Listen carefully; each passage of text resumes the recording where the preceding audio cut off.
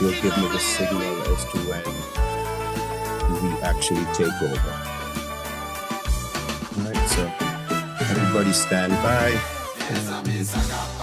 We'll be on in a minute.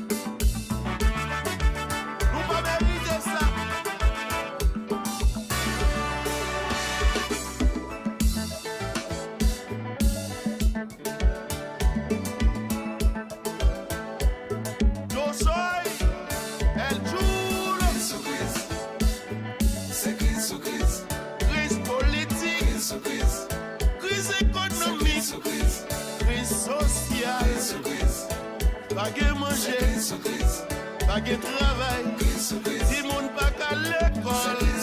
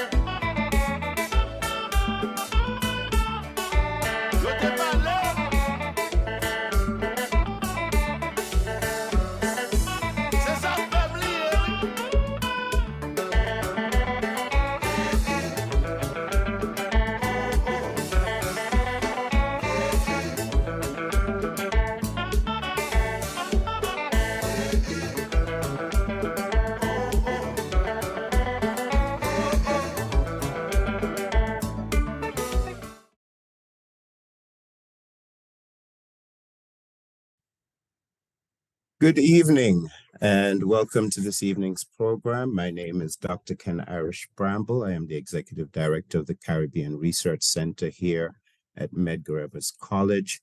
And this evening's program, All Eyes on Haiti, is part of our celebration of Haitian-American Heritage Month.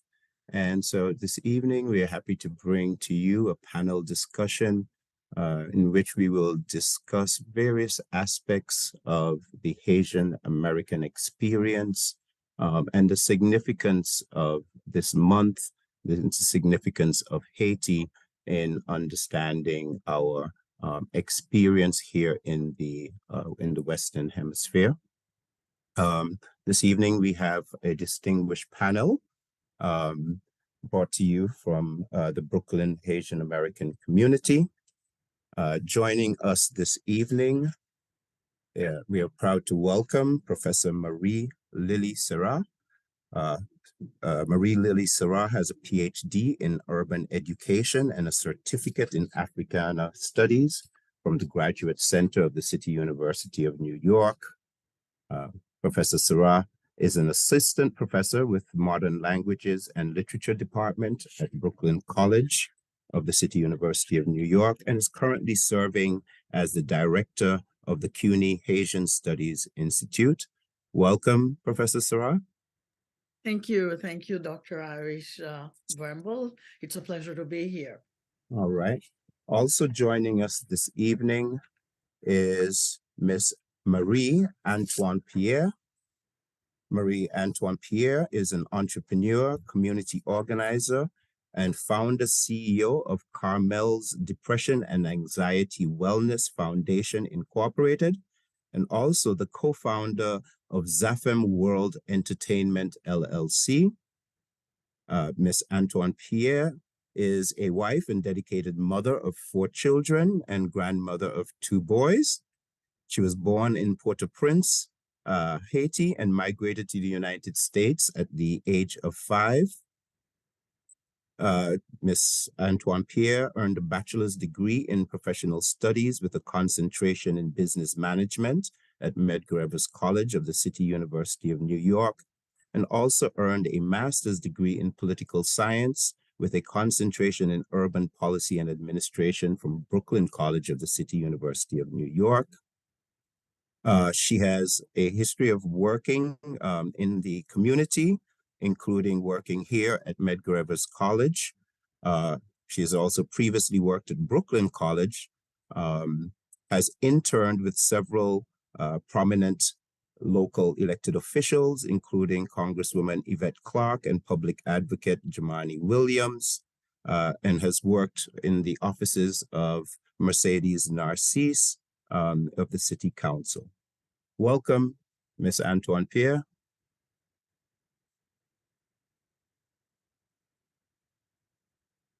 Sorry, you're muted still, Ms. Antoine-Pierre.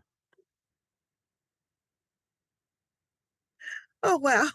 I'm sorry. Good evening, everyone. Thank you, Dr. Brimble. It's a pleasure to be on this panel with my fellow Haitian brothers and sisters. And I'm excited to, be able to, participate in the discussion. All right. We're also proud to have joining us Councilwoman Rita Joseph.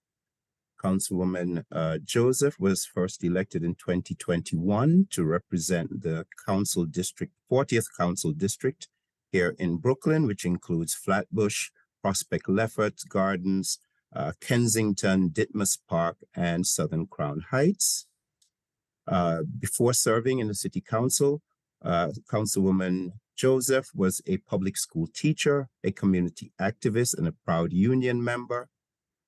She is currently the chair of the Council Committee on Education and is dedicated to improving public schools, fighting for affordable housing, and combating the climate crisis and achieving real criminal justice reform for all New Yorkers. Welcome, Council Member Joseph. Well, good evening, all. Thank you so much for having me here. Happy Haitian Heritage Month to all of you celebrating. We didn't start with, we're just saying hello, right? Just hello, yes, Oh, just hello so hello. far. And the sole male on the panel this evening is Mr. Ricardo Brisard, who was born in Haiti and who spent the first 15 years of his life in Haiti.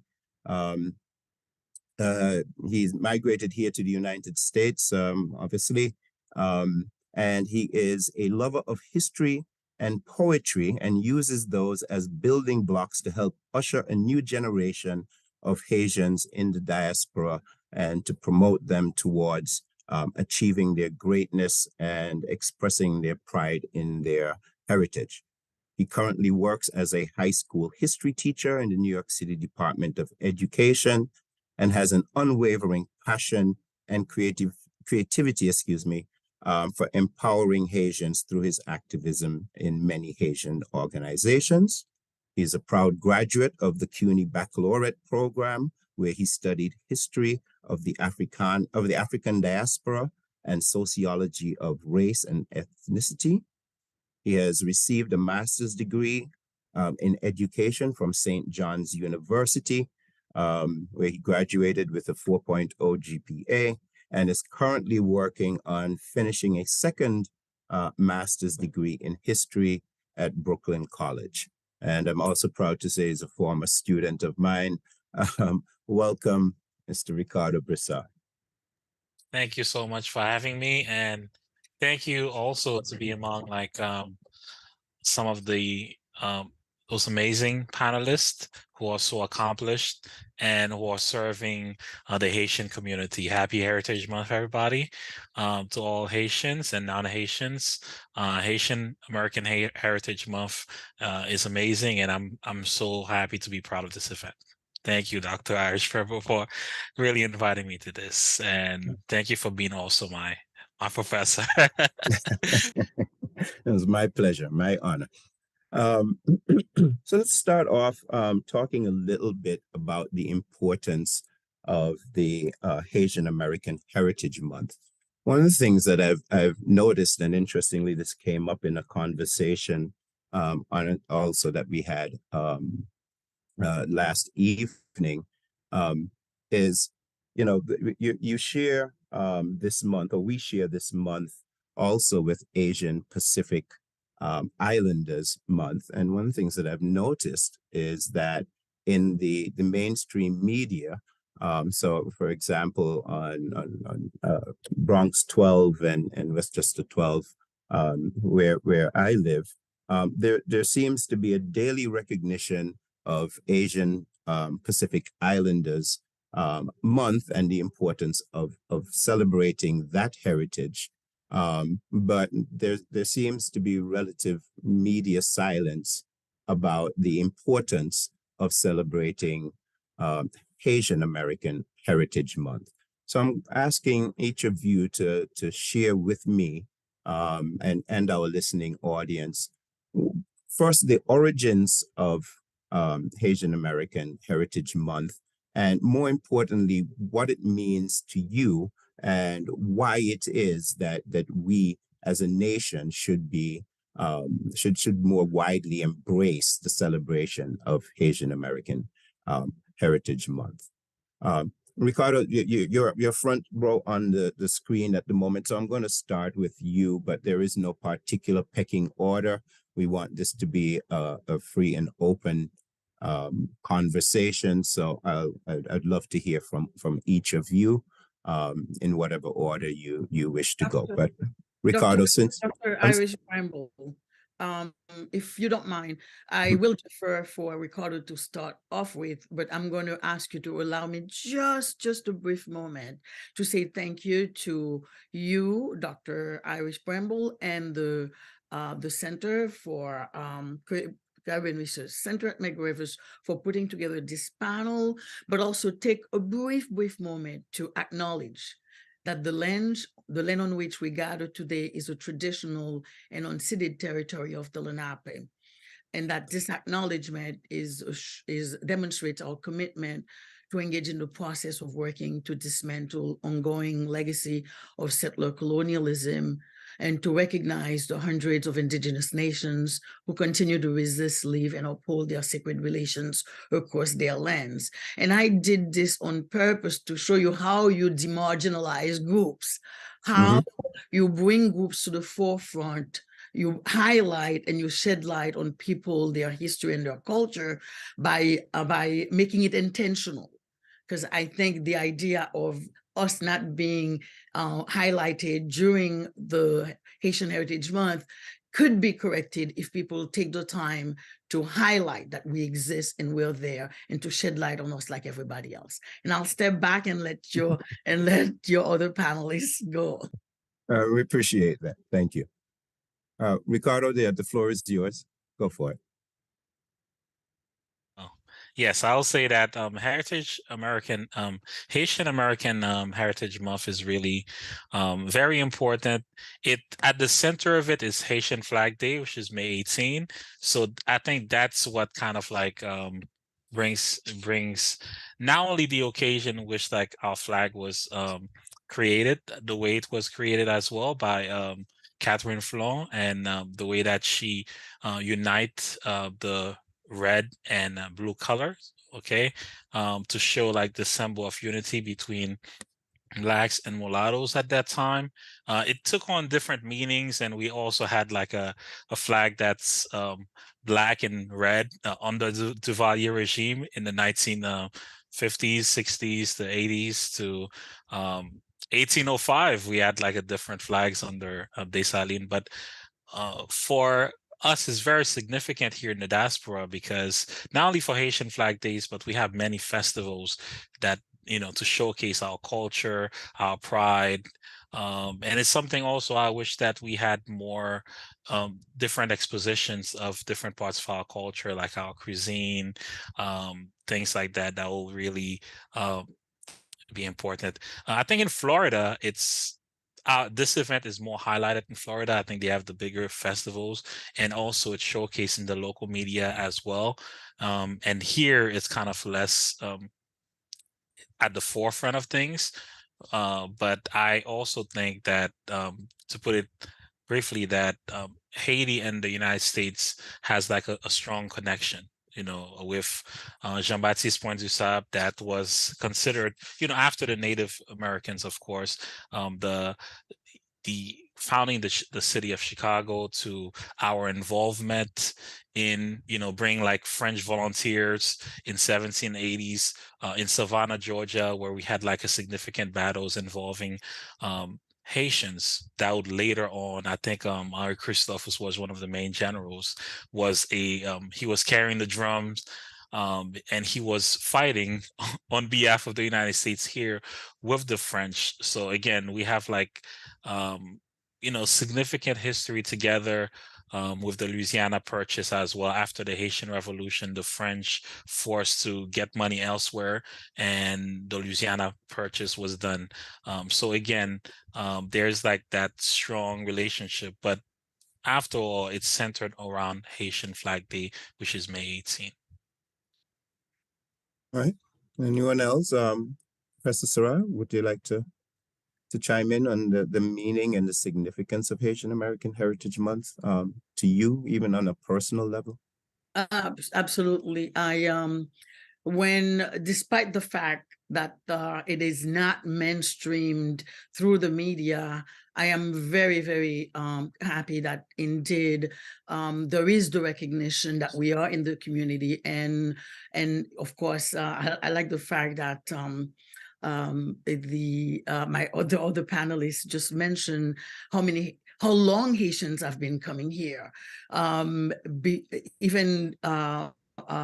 have Pierre Toussaint, who came in 1787, I believe, with his master as the revolution was boiling in Haiti. And Pierre Toussaint is known as one of the greatest philanthropists in New York. In the history of New York, having created an orphanage, donated a lot of money to build the old St. Patrick's Cathedral, et cetera. But I think I would be remiss if I did not mention that the history, the Haitian heritage history as we know it today, we need to credit the Haitian high schooler population for really drawing attention to the significance of the month of May to Haitians. Because I remember, as a young person, I came here at the age of 18, I going through college, that Haitian, throughout CUNY, throughout the high schools, would rock their Haitian Flag Day on May 18. All over Brooklyn, you'd see it was a source of pride. And of course, later on, when it really got embraced more largely by the broader community, is when Wyclef came on stage with that Haitian, Wyclef Jean from the Fugees came on stage with that Haitian flag as a cape to perform. I think it was at the Grammy or some other a famous space or a highly visible space. So I think the Haitian youth is to be acknowledged for that Haitian Heritage Month in New York as it is, but certainly, as Ricardo mentioned earlier, the history of the Haitian presence in the United States is quite lengthy. It started long ago, and it's due time that we are acknowledged as a group that has really contributed to the construction, to the building of New York and the United States itself.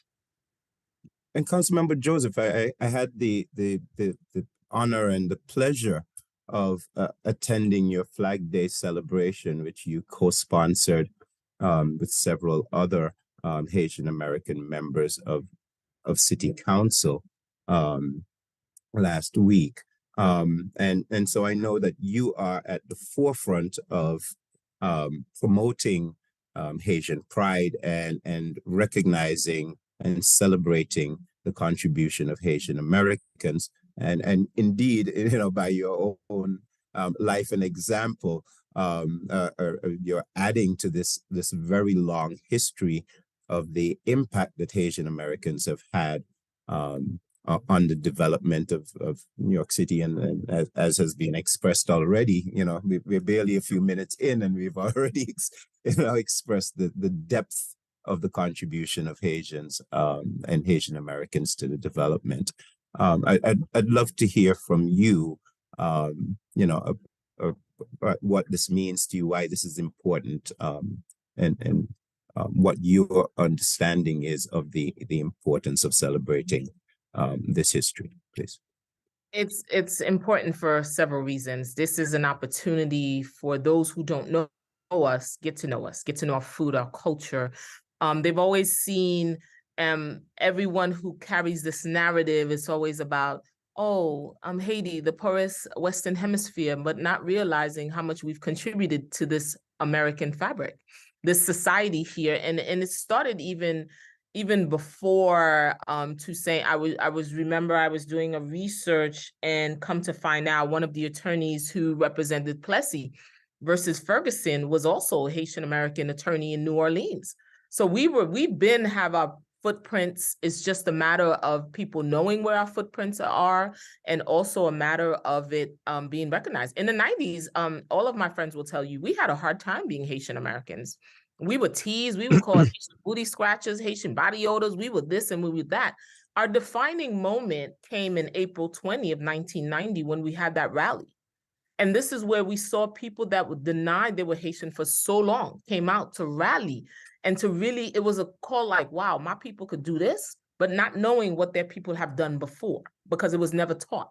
I grew up in a household where my parents and my grandparents never talked about Haiti. I learned of Haiti and through my own research and through my own, what I've learned about Haiti. And I was like, wow, we did this and we did that. And how come my grandparents never talked about it?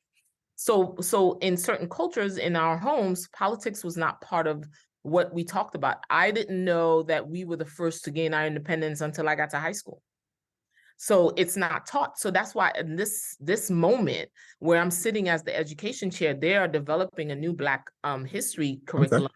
Yeah. I am at the center to make sure that Haiti is also at the center of that learning. I know no student that goes through the public school system should not know that I contributed to New Orleans expansion.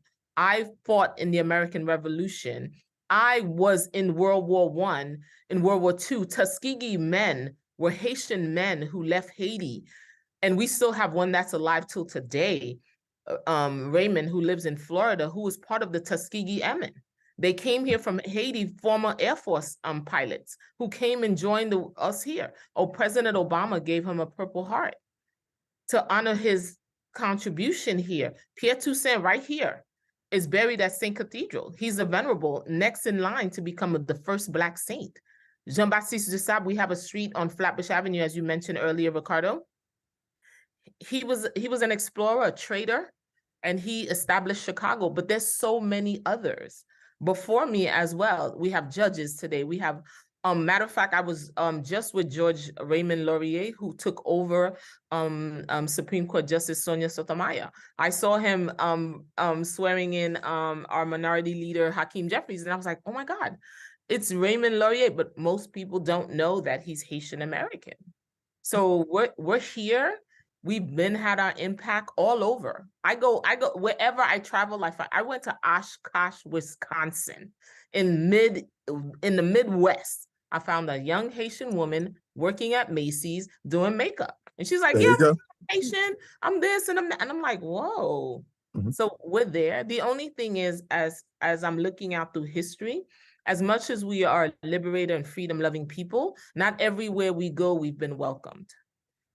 And unfortunately, we are the mothers of freedom. We are who gave freedom to everyone else. We felt that no one else, if we're free, no one else around us should be in bondage. So we went around freeing others.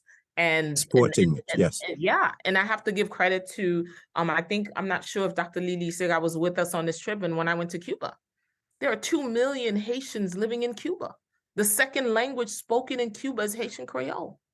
I got there, they greeted me with my Haitian anthem.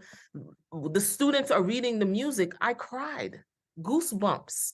I said, at least I know that my people are good in this place, and the other places I've gone, they haven't treated them well. I went on vacation to the Bahamas, vowed to never return as to what was happening to my brothers and sisters when I was down there. So we've always opened our arms. And even till the other day, I was having a conversation with one of my Jewish colleagues. I said, Haiti opened its doors to 5,000 Holocaust survivors during World War II when no one wanted them. We opened our doors, we gave them papers, we gave them citizenship. And people wonder after the earthquake, why was Israel one of the first countries on the land? Nigeria, Ethiopia, we've had our hands, Greece, we've had our hands in all of these countries to make sure if we were free, they themselves shall be free. So this is where our Haitian heritage is, to celebrate, to uplift the culture, the music, the dance, while we still continue to struggle. And I always say Haiti has no friends, we have frenemies. I just want to quickly chime in. Please allow me, the presenters, just to mention on that same line of thinking as Council Member Joseph, that in 1804, Haiti represented a serious beacon of hope and was key in assisting Simon Bolivar in 1815. A Venezuelan military and political leader who came to Haiti seeking help to free most of Latin America. And in fact, Haiti provided men and ammunition and advice to Bolivar, who returned to his region and eventually freed Colombia, Venezuela, Ecuador, Peru, Panama, and Bolivia to independence. And that was what, and of course, I know in the conversation that we've had with Dr. Irish Bramble, why is Haiti the pariah of the world? Those are the reasons why.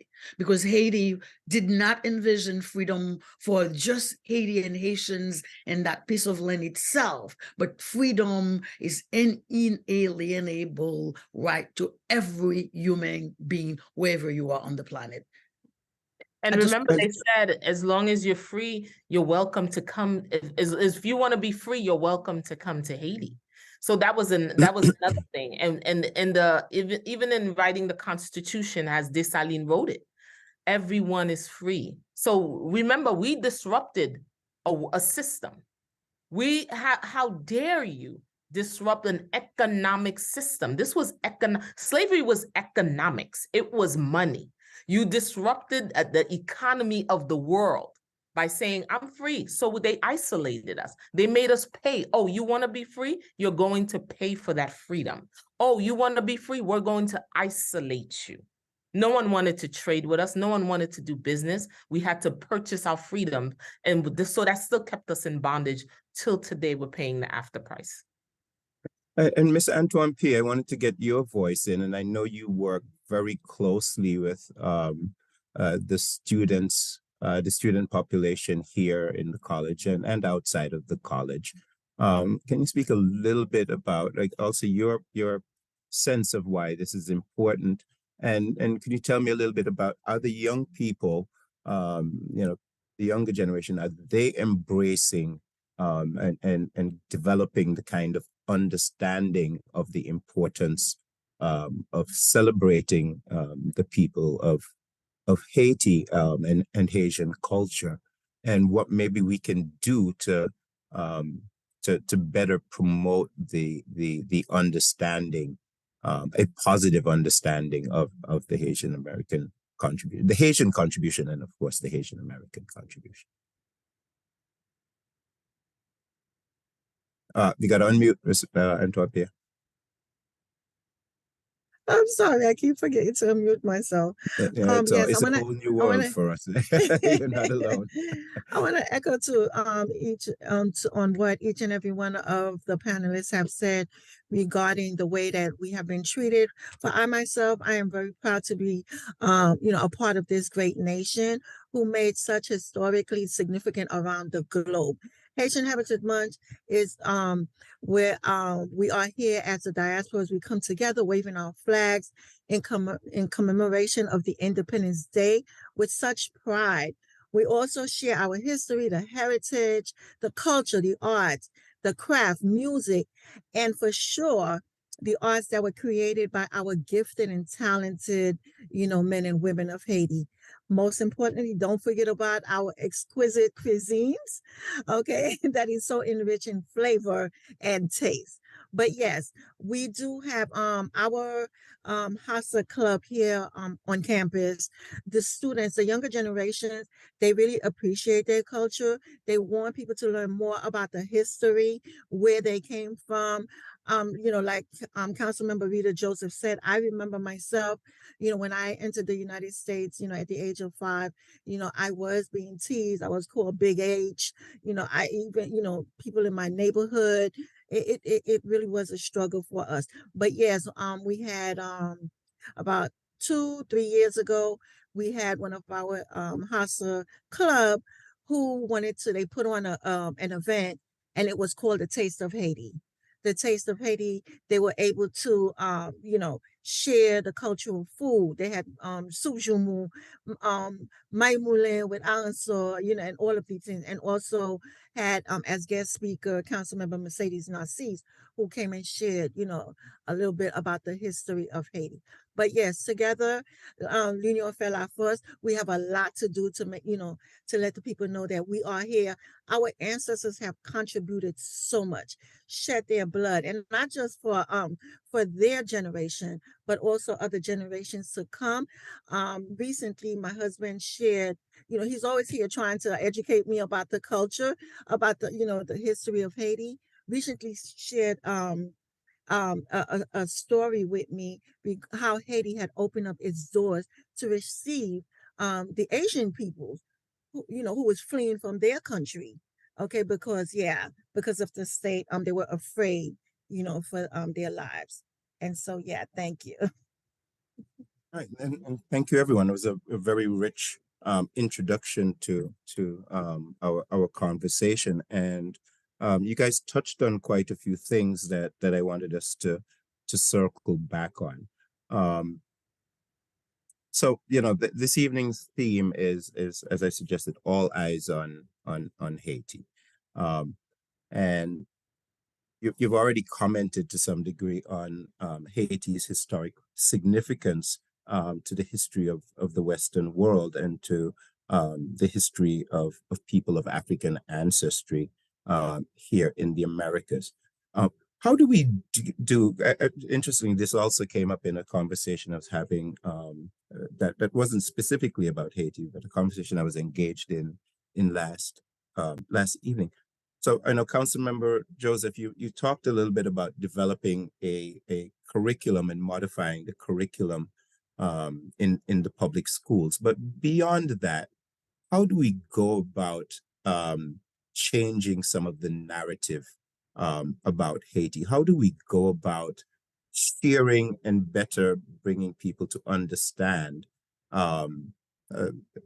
Haiti's symbolic significance to the world and to people's liberation struggles, but also their practical and truly it's pretty well documented. Their documented contribution to liberation struggles. But how do we better beyond the development of a curriculum in the public school, how do we better get that message out to the community? How do we change the narrative on Haiti?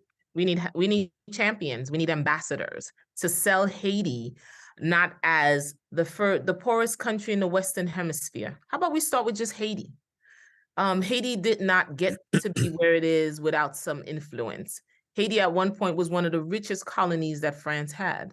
How did we get here? So education will be very important, especially to our young people. That's why it was so important as they were developing this curriculum. I sat there and I said, I need to see Haiti at the forefront. Haiti needs to be in the center from K to 12 as they enter their learning. They're learning this place, Haiti. It's not this faraway land. It's right here, 3.5 hours away.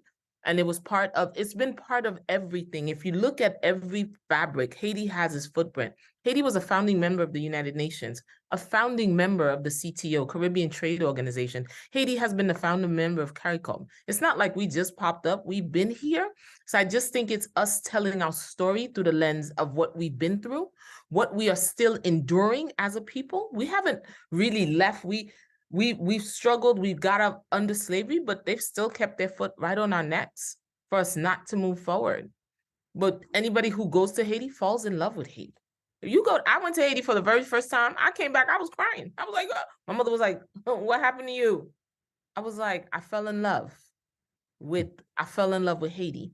Haiti is a place for that. We just have to go back. We have inequities in everything: economic development, health, education, all of the things that people are supposed to have, they lack. Those are the truth. Chime in and yes. To build on what the council member has said, I think when the Center for Research on the Caribbean under Dr. Irish Bramble makes sure that all eyes are on Haiti, that's one act, that's one deed that helped change these narratives, give us the form and the space to tell the full story, to tell the true story. And of course, us at the CUNY Haitian Studies Institute at Brooklyn College, we are prepared to work with the center and with other institutions of higher education that prepare educators to create courses that talks about Haitian history, that validate Haitian language, culture, et cetera, and also continuously looking for spaces such as this one to go and change the narrative. Haiti was made poor. Haiti was indeed made to help build the wealth of many nations. All the big six, you could count the United States, France, Spain, Portugal, all the big slave countries that use slaves to build their wealth. Haiti's wealth is part of that wealth basket.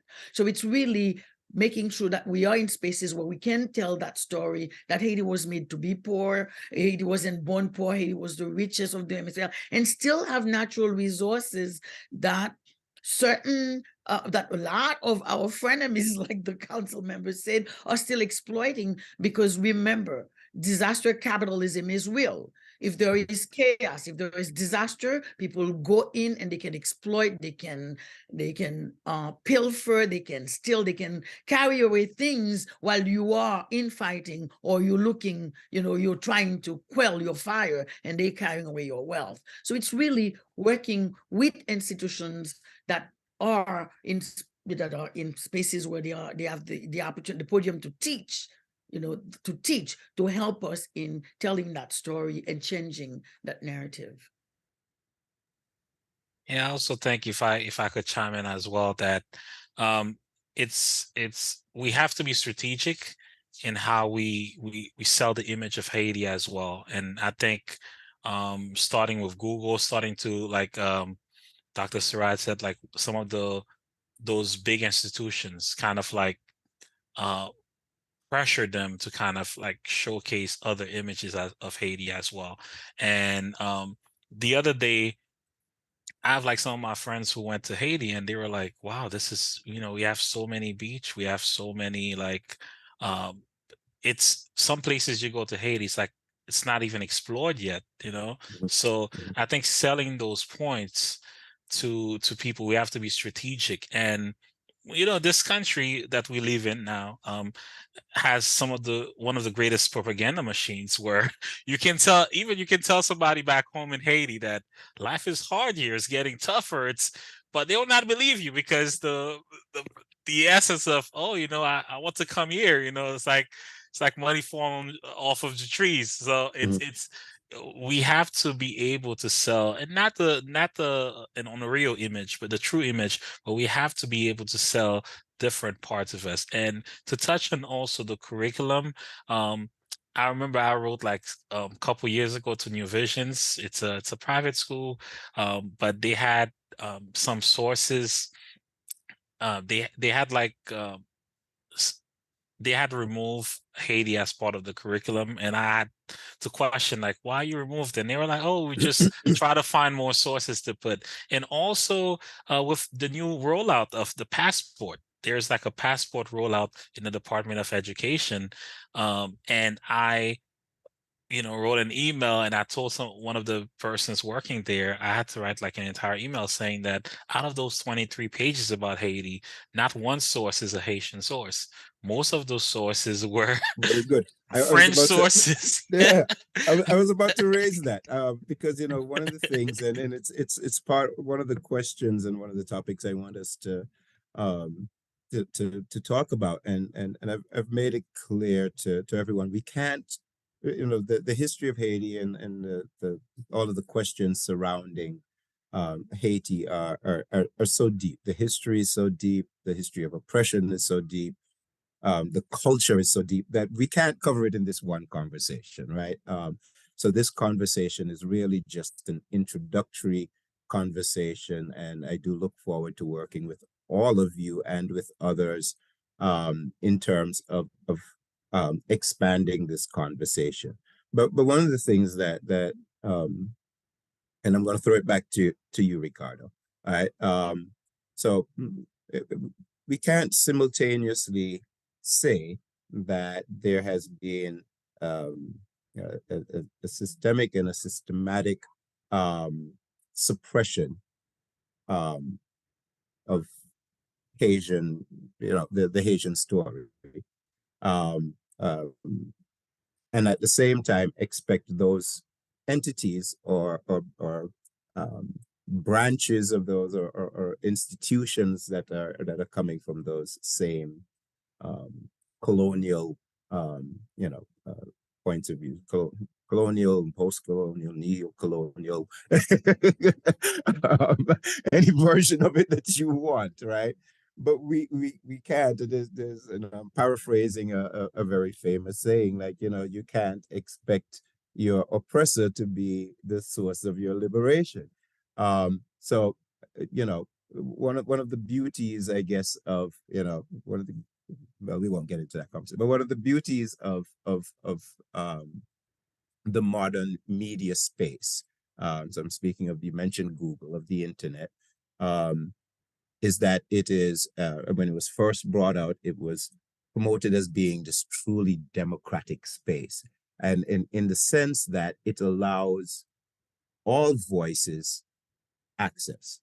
And so one of my questions, and you just raised it. So here's a 23-page document that has no genuine Haitian voice in it, right? And it's one of the reasons that on this panel, I am taking the back seat, right? And allowing genuine Haitian voices to speak to these questions. How do we encourage more people to contribute to that, to the infosphere, right? So how do we encourage more people to tell these stories, to write these histories, to document them, whether it's through documentary or through oral history or through any of the various mechanisms that we have? How do we encourage young people like you to retell the story, but to retell the story in your voice, right? And much of the history of Haiti, much of the narrative of Haiti is not told from the voice of the Haitian people. So how do we change that trajectory? Because I think it is only when we change that trajectory that we start seeing a more balanced understanding of Haiti, a more balanced perspective of Haiti, and that we have a more respectful conversation about Haiti. So I'm throwing it back to you. What do we have to do to encourage more young people such as yourself, more scholars such as Dr. Cerat, more community leaders such as Ms. Antoine-Pierre, more elected officials such as Ms. Council Member Joseph, to put these voices out there into the infosphere to combat that negative perspective? I think one of the things we can do is to empower. There's also the Haitian church as well. Empower those entities to come to the table. And there's something that I've always promoted in my former churches is that we have to put, yes, it's about the gospel, but we also have to put our own heritage, and we can empower our own people like that as well. And I think one of the ways we can do that is through a museum. I see just this gentleman. Yes, why not have one in New York? I see this gentleman. He's on social media. His name is Orlando Oilien. I've never seen that many primary sources on Haiti in one place. Like if you go to his page, it's documents from the early 1900s, documents from like the mid 1900s. Like he has like so much, and he will go like to those like markets and buy anything that he sees that's authentic. He'll just get it. And having that story into one place as like a museum, having different Haitian organizations come to the table, not just during Haitian Heritage Month, but throughout the year, strategically organizing it and using the power of the youth in TikTok, for example, TikTok blast. Because one of the things that if you Google Haiti, you will see like a lot of earthquake pictures. You will see it during the earth, it floods. And I'm not saying like not taking into account like some of those events that really transform our lives, but taken as well strategically and be proactive in also delivering images that promote and that push people to see more than just Haiti as Port-au-Prince. You have a lot of people continue to go to Haiti, to different parts of Haiti, and a lot of people are like, you go to Haiti, but it's like those different parts, many times so like it's safer to go there, it's safer to enjoy it. But whenever somebody think of Haiti, even Haitian Americans here, a lot of them just think of Port-au-Prince. And we have much more than Port-au-Prince to kind of expand that and tell people to go and invest, encourage that investment in not just nonprofits, but also encourage that investment in current institutions that's their businesses that's provide. So we have to also create that business space to hire those people that'll be the voice of not just to just tell them or go to school, teach about your history, but places of employment where those people are there permanently in the community, diffusing those information to build a successful Haitian American community. I always say to give the other panelists a chance. I always say that we have a lot of successful Haitians and Haitian Americans here. In the medical field, early 2000, it was like we were one of the leaders of having like doctors, so many doctors in New York City. But what about a successful community? We have a lot of successful people, but a successful Haitian community here that is proactive and strategic in delivering that message and combating those rumors and those bad images. We need that. All right, Councilmember Joseph, I saw that you unmuted first, and then Professor Cerat, I'll take you next. Oh, of course. I was also going to agree and piggyback on having influencers tell our stories. I always say we have ambassadors. Like I have my good friend Yves Carmon Moperus, who started Creole Essence, selling our castor oil. She was on Shark Tank. She considered the black gold of Haiti. So we do have great things. We just probably I think we have a lot of influencers. I have a lot of, Michael Boyer is one of the biggest DJs. He was at the Haitian flag event. Yeah. He's one of our biggest DJs that's always selling Haiti. It's about Haiti for him every day, all day, whatever he do, he eats, drink, and always raising the flag wherever he goes. Right. So we're there. I'm just also thinking, how do we continue to tell our story? Our narrative is always being told by someone else. I think we need to take charge of that. We need to take ownership. We need to own our story. Our stories are always being told by others. And I think it's time. I think a lot of us in Dr. Cerat's space, she tells her story to young people, to young adults who's learning about our stories. In my space, I get a chance to talk about our stories and our triumphs, our struggles. Even on the council floor for Haitian Heritage Month, I talked about the Haitian flag, what it means to us to have it go with us everywhere. And this is who we are as Haitian Americans, and about the struggles and what our ancestors went through. And it's our duty and our job to continue to raise the flag every day, all day, and to make sure that we continue to tell our story. It should be our story. It shouldn't be his story. It should be our story. We should tell our story. And half the time we don't.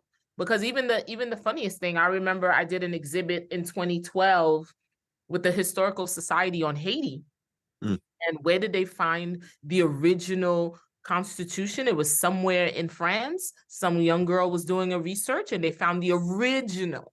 I mean, can you imagine the original certificate, the birth certificate of this great nation was sitting somewhere in a library in France? And who hosted our exhibit? We did an exhibit in collaboration with Historical Society. And I had the privilege to stand in the room with that piece of document. And they allowed the people who were part of the project to go sit in. And she was like, "Do you need anybody with you?" I said, "No." I took a moment. For me, it was one of the biggest things. I won council, but standing in the room with the paper that defined who I am and defined the generation and defined the country and nation and all of those things in that moment, that was all the emotions that was going through me at the time. And I stood there and it was in a case and I touched and I said, I wish I could hear their voices. What would they be saying now? Did we get it right? How wrong are we? Are we on the right path? There are days I was like, are we doing this right, guys? My ancestors, I want to hear your voices. Come on. So it had to go through this young lady for me to have a chance to see my original Constitution. So, and again, history, somebody else is always holding our history. So it's time that we become the ambassadors and the mouthpieces of Haiti and start telling Haiti for what it is, a beautiful, resilient country. Yes, we have issues, and that's with every other country, but we are amazing. We're here, and we've been here. And I wish Citibank would let our gold go too. They holding on to it since the invasion of Haiti in 1915. That's right. Call them out. Call them right out. My country broke. Citibanks have my gold because they said we couldn't manage it. Now that you've managed it, could we get it back? No, not you mentioned that. Let me jump in and say it's time for friends to restitute. I didn't say reparation. The indemnity that we were forced at gunpoint to pay to them. It's not money, it's money that they took from us, and we're asking for restitution. We're staying away because it's not reparation, it was wrongly taken out. And I just want to throw that out. And 2025 is going to make it, what, 200 years? And I think we need to go full force to demand that this money be restituted to us. And that's it. That's your next presentation, Dr. Irish Bramble. But yes, indeed. I simply wanted to say before I pass on the microphone that the silencing and the erasure is intentional. Let's be serious about it. Yeah. And of course, a lot of us have touched on the point that Haiti would have been a bad example for the rest of the world, and they continue to punish and penalize Haiti and isolate Haiti so that it's not, the rest of the world cannot see it for what it represents, a beacon for freedom for any human having been on this planet. And this is what our African ancestors clearly put out. But on the matter of telling our stories, I know many of you must have read Michel Wolfe-Trieu, the late Michel Wolfe-Trieu. He's been dead about 10 years. The great Haitian anthropologist who really changed the landscape of the School of Humanities in asking those tough questions. Who produces stories? People with resources. When you take us Haitians, we've been pauperized. When you take the African American community, was one of the largest poor people after emancipation, and you do not have the means and the resources to tell your stories, because at every juncture you have a block, you have obstacle, you have to have resources to be able to tell your stories. So it's really, and we're a fairly young community for the Haitian community in New York. We're not as old as the Irish, as the Jewish, as the other communities who've come a long way and be able to have resources to tell their stories. So I know a lot is being done right now, but we are working on having the means, and of course, with all its because what you absorb or what you consume from the internet, you have to be very savvy about what you consume. There's a lot of good, there's a lot of bad. So, but now, I mean, that has really created a platform where we can tell our stories, but we also have to be very critical and very mindful of who's telling that story and whether that story is accurate. Antoine-Pierre, I see you wanted to jump in, so I'm going to let you jump in, and then I'm going to switch the narrative just a little bit. Okay, I after definitely you. So, go will. ahead. I want to give a shout out to Council Member Rita Joseph. Today, I was talking to one of my colleagues about educating our students, because for me, I did not learn the history about my Haitian culture, as much as I know it now. So what we are doing ourselves, we need to teach those history to our children. I have a grandson. His name is Prince. He loved to learn about the Haitian. Yes, the Haitian culture. He does have a YouTube channel, and at the end of every segment, he will talk about, teach someone about a Haitian word and what does it mean. What does it mean to us? So yes, we need to bring in the young folks to educate them, to share our stories, and for us not to be ashamed. I am proud to say that I'm Haitian. We are so And not rich. just educate the young Haitian Americans, but to educate the young people in general. No, I'm sorry, I didn't mean to jump in, but Absolutely. just clearly, like, not just to teach, your grandchildren and to carry that on within your family, which of course is important. But I think one of the things that we should work on is programs where the broader public gets exposed to this at an early age. I apologize, Ms. Antoine-Pierre, for breaking your. You're right, because in my your notes, flow. I put those lessons are to be taught in every educational institution globally that will give our students great insights, about this, this nation and the history. All right. Yeah.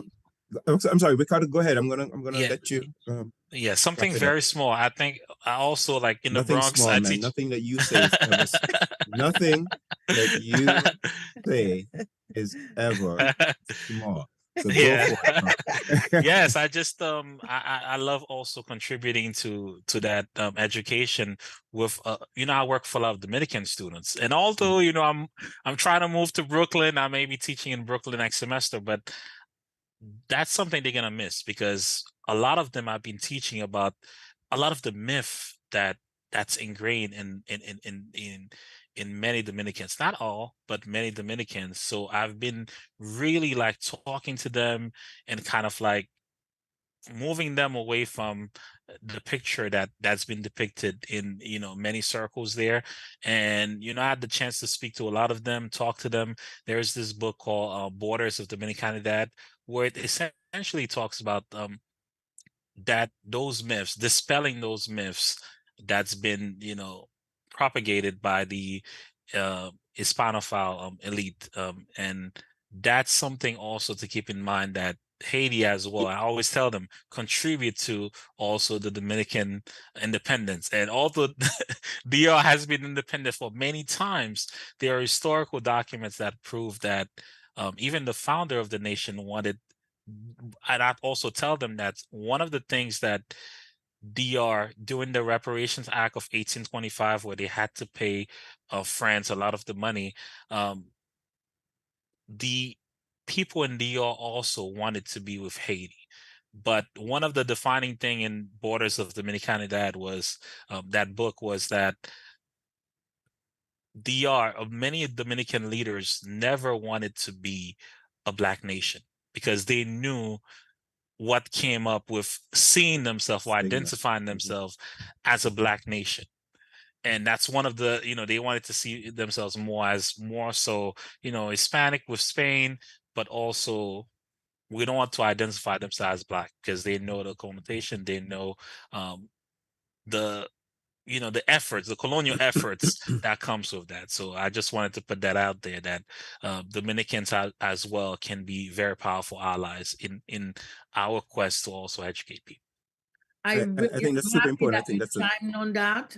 I'm really sure. happy. No, I'm really happy that Ricardo did this piece about what our sister, the Dominican Republic, we are bound to live together, and there are a lot of demystification that needs to be done. And some scholars, some Dominican scholars who are aware of the history have contributed. There were some, I know the Dr. Silvio Torresaya is one of them, among others that I could have mentioned, but he comes up as one person who knows the history and has contributed to making right or to demystifying those stories. And another thing that Ricardo touched on that I would like to underscore briefly and step aside is the fact that when Haiti went into in what is now the Dominican Republic, it wasn't yet the Dominican Republic, and it was really to fight the colonial presence of Spain, which would threaten free Haiti and threaten the whole island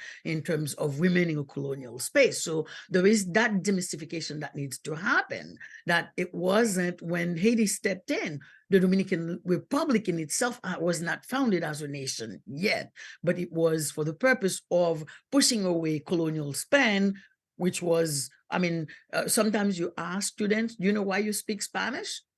Across South America, they don't realize that Spain occupied all of these spaces and exploited all of these areas for many, many, many centuries. You ask them, do you know why Florida has a place called Boca Raton?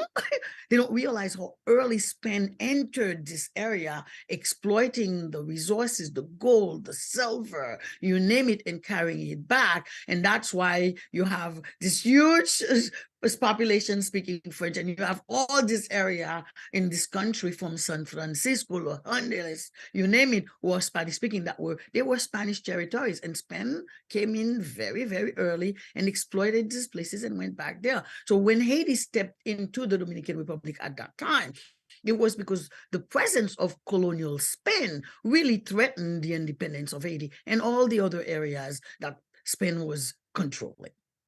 All right, thank you. So I'm going to just shift the conversation just a little bit. And so Haitian American migration is once again being featured in the dominant news cycle. And this time looking at the refugee crisis at the southern border. So I'd love to hear from you. How is this new experience of Haitian American migration or this new refugee crisis, to put it more succinctly, how is this different than the experience of the 80s and the early 90s in terms of that refugee experience? Well, I think in the 80s, they were fleeing dictatorship, human rights violation, political torture, and all of these things. In the 90s, it was political unrest after the September 30th, 1990 coup.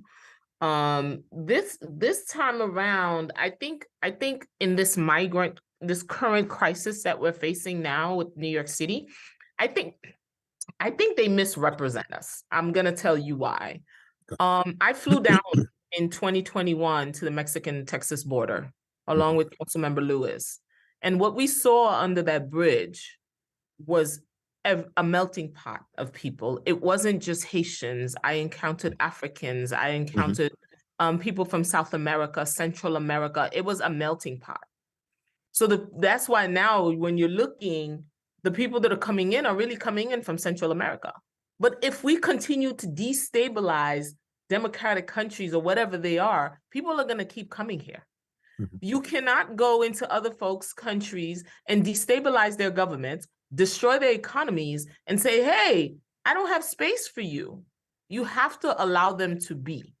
If you allow them to be, we won't have such migrations. And because when we went down there and we spoke to the folks, we went all the way under the bridge. What you saw on the news where the people, myself and Council Member Lewis, we were under there talking to the folks to find out, how did you get here? What made you leave? And remember, there was an Olympic in Brazil. They made people come to work. And once the Olympics was gone, there was no jobs.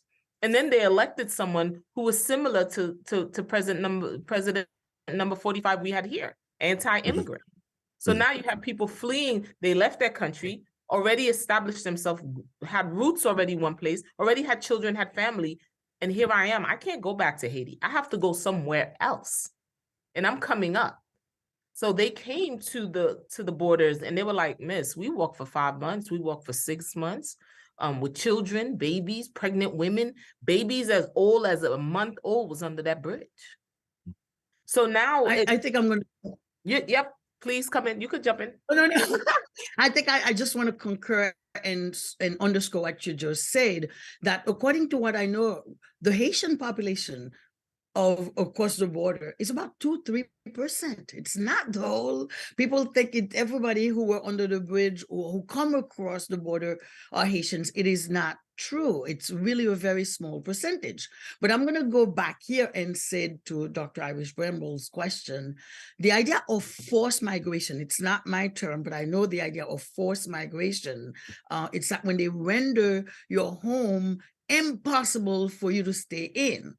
Because indeed, we all know there's no place like home. Home is where the heart is. But they render the constant meddling of the international community in Haitian internal affairs, the continued exploitation from the colonial era of 1492 with the arrival of Christopher Columbus to now, the continuous exploitation of our resources by foreign nations, as a council member said, the destruction of our economy, the Haitian rice farming. I hope some of you have seen Bill Clinton doing his mea culpa for dumping Arkansas rice on Haiti and destroying the rice farming industry in Haiti, when the Haitian farmer had to fold to give the 10 cents rice coming from Arkansas the market, and they couldn't produce anymore. And of course, we have to speak truth to power. People like Monsanto going in and destroying the farming industry, the eradication of the indigenous Creole pig. I know many years, my family, my peasant family would raise the Creole pig and sell to send us to school to pay for our scholarship, our books. But the United States came in and said there was porcine fever, eradicated the Creole pig, which was well adjusted to the environment, and brought in their pig, which could not withstand the environment, and destroyed that. All those things have created that term that another scholars think of forcing you to migrate.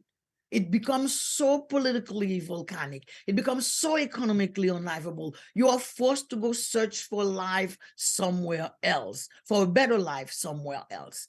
And I think that's why we're on the move. They make it impossible to stay home. Haiti was called the Pearl of the Antilles by the French.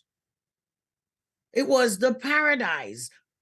It was the wealthiest, the most lucrative colony. And now today, this is where it's at. We did not do it on our own. And that's one of the things that I think we constantly have to find spaces where we can share this narrative. We did not do it on our own. When the colonial came, they cut up our mahogany tree from Trinidad, Jamaica, you name it, and hauled it. Now, all these antique furnitures that are being sold for $100, they are colonial. They are colonial.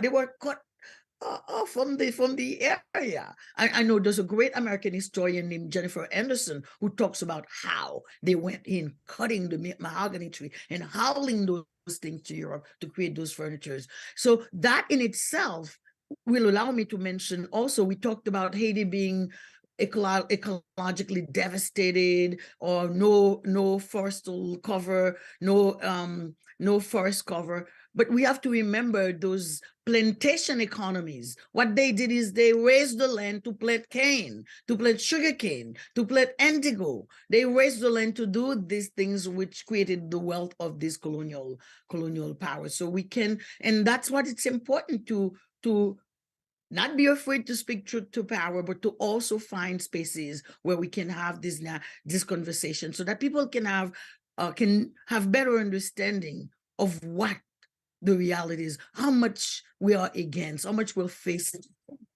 Oh my God. Okay. The ancestors. They heard you, right? I just want to add on. The ancestors. That's right. That's right. I just want to add on a couple of more things to what Dr. Cerat has says. Also, we became a land of exploitation. A lot of major companies were functioning out of Haiti, paying people peanuts. Yeah. We don't play baseball, but Haiti was the biggest producers of baseball. Yep, that's right. All of the major companies were in Haiti and paying these people peanuts. General Electric, to produce. From Reynolds, who came into Haiti, took all of our aluminum. We had the Gap was in Haiti, Kenneth Cole was in Haiti, Avon was in Haiti, all of these big entities, and refused to raise the minimum wage. When it came to power, when it came time, they never raised the minimum wage on these women, these men and women. So we were producing things for luxury items for folks to sell for thousands and thousands of dollars, and yet the workers they were paying were getting $8 a day. And I'm not talking about $8 American dollars. I'm talking about $8 Haitian dollars a day. And when it came time to raise the minimum wage, to give them a living wages, somebody said no. Hillary Clinton went to Haiti and said no. She was Secretary of State at the time. Just think about who was the president. Yeah, and if I may add as well, sure. Council Member Joseph, the fact also that under Hillary Clinton, her brother was on the board that actually signed a $20 billion worth of gold contract to a U.S. and Canadian company. Correct. And out of that, I think 2.5% was supposed to go to Haiti, not even counting the environmental degradations. Yeah, exactly. Can you imagine that? And $20 billion. Digicel too. Remember, she gave Digicel a contract for Haiti, so they were negotiating for Haiti with no Haitian people at the table. So they were doing things for us, not with us. And I think that's something that speaks to what we were talking about. Not only having people fully employed to work and voice, but also having negotiators at the table. People can negotiate. And that's something that I think we lack. A lot of people backbones will say, no, this is not working for us. Yes, this works for us. And I think that is something that we really need. But going back to your question,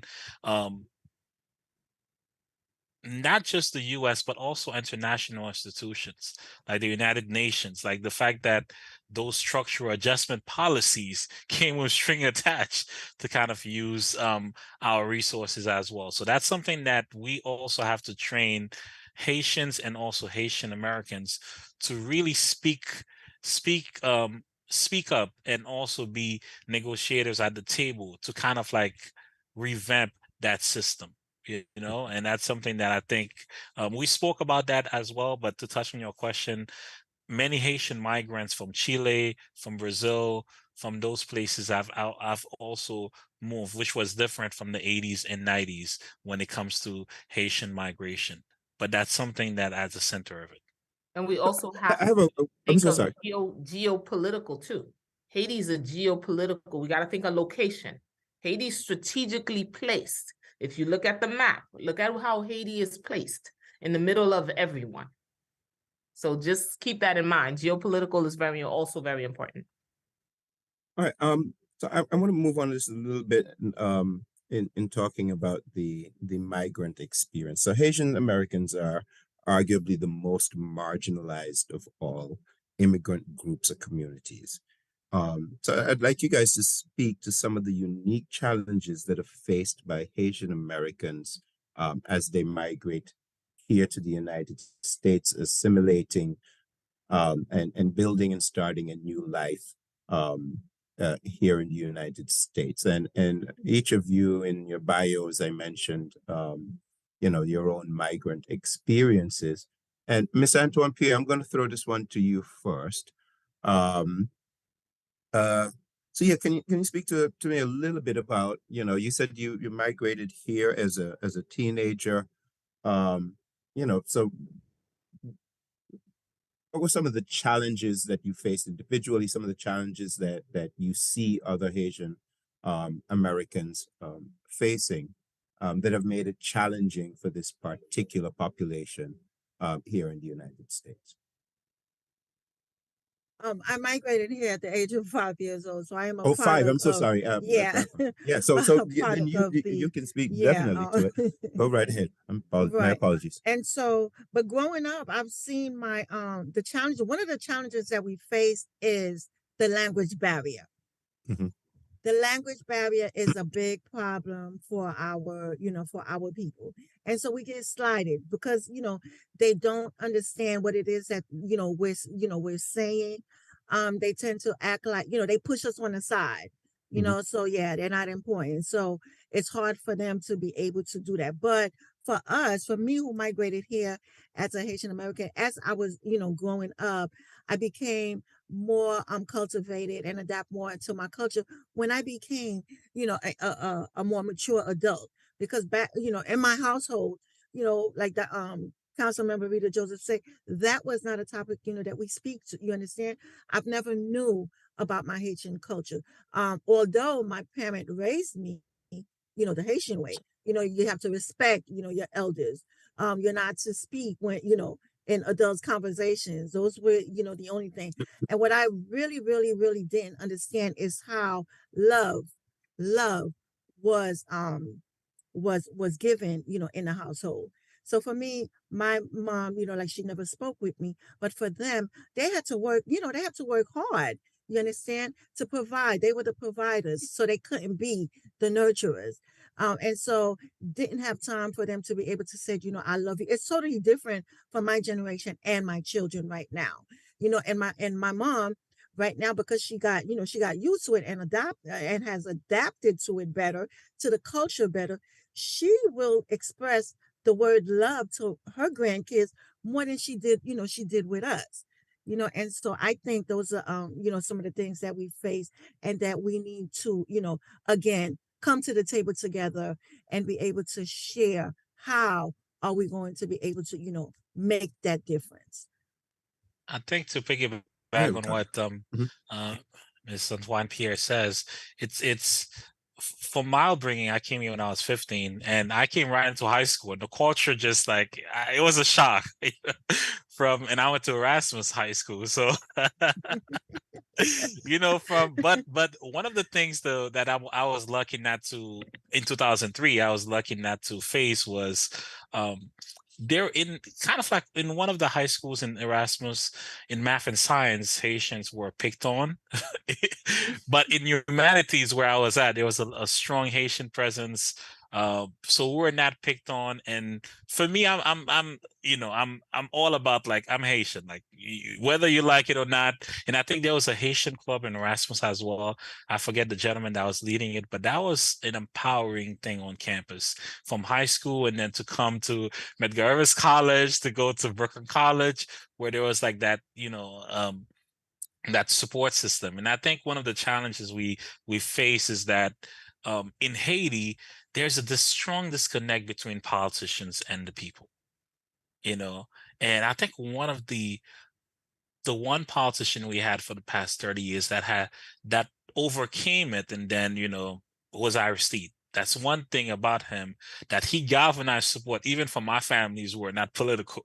But after Aristide and after so many controversies with him, when I came here, my mother was like, you go into the Haitian Association, don't be political, don't go to politics. Like I kind of like rebel against my mother, but I remember that. And I think there's something that comes from the Duvalier era as well, where a lot of Haitian students and young people were, their parents were like terrified of them involving themselves in things that we consider not non-political here, like things that we consider that just much help the whole person mature.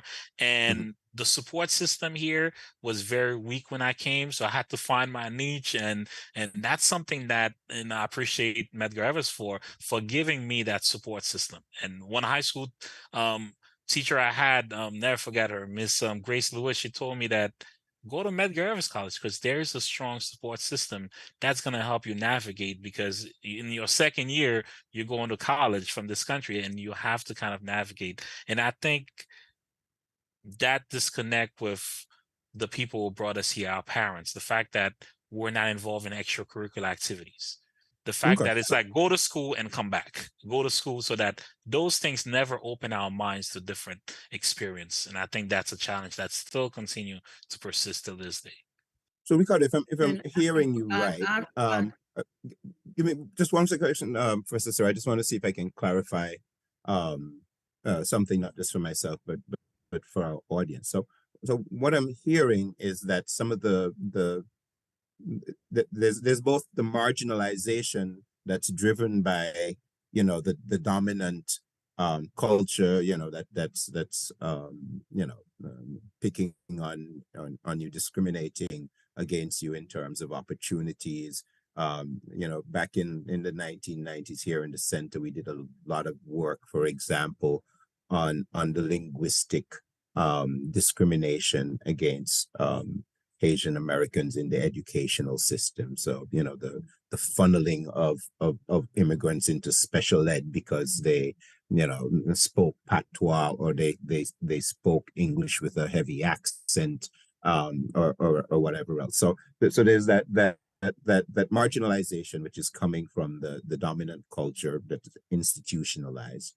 But I'm also hearing, and so correct me if I'm wrong, that there's a certain internal insularity that also comes from the community itself, which is, and something I hadn't considered before, because, you know, I viewed this as an outsider, viewed this insularity as a response to the discrimination, so as a response to the external force. But what I'm hearing in your narrative is that some of it is a conditioned insularity, which also comes from their experience at home in the political sphere, where getting involved, where speaking up may have reprisals and negative consequences. So am I hearing you correctly? So that what we see in some of what we see in this marginalization of this particular you know, group is both the result of the external discrimination, but also somewhat internal and internally driven. Am I understanding that correctly? And everyone can jump in. Correct me if I heard it wrong. Quickly. I'm going to jump in quickly to say that. Okay, You touched on a point. Ricardo's and the prior guest reflection give you an opportunity to touch on something that I don't think none of us had anticipated to talk about, is this intra-ethnic bullying. Okay. Like, because of the Creole language, even within the Black community itself, we tend to be marginalized because of that linguistic difference, might I say. It'll be a difference, might I say. But also I think it's important to frame it in those ways as well, that the United States has had a contentious relation with its Black population. We've been part of this Black population for a very long time. But imagine that people, African Americans, including those of us from the African diaspora, are still screaming Black Lives Matter to draw the attention of our society, our leaders, to the treatment that we're receiving from the system in general. So coming from the Caribbean, as Black people, although we fit in, that besides the intra-ethnic issues that we know we confront, but we're also part of this larger Black population that has never been welcome, that has always been pushed to the margins, that has always been discriminated against. But now when you compound that with the linguistic matter, the linguistic differences that you mentioned, it further isolate and further marginalize. I think those are important points for us to bring out. Because when you look at it, I was born in, I'm not going to say exactly when, but I was already in existence when the civil rights movement here started. 1950s, and by 1964, we had the civil rights movement in full bloom. And another thing that I will add here, and that is clever of the United States, when the African-American Medgar labor force is marching, demanding to stop discrimination, to stop segregation, to be treated equal as the Constitution demanded, they passed the 1965 Immigration and Naturalization Act, opening the borders to bring in Caribbean, Latin American, and Asian to come work here to quell the African-American movement, to really douse it in water. Did it last? But that brings me to the moment where I can also mention the contention between people coming from the Caribbean, the Haitians, and the African-American. Divide and conquer, where it was like, you came to take my jobs. And indeed, they used us to replace that Medgar. When the African-American saying, I want fair labor, I want to be treated equally, I want all of these rights. And they brought in those people who did not speak English, who could be exploited easily by the time they understand the system. And of course, the African-American community is right to say, you came to take my job, because we really unknowingly, I would say, unknowingly and unwittingly, we were used to douse, to really put a damper on the African-American civil rights movement for rights across the board.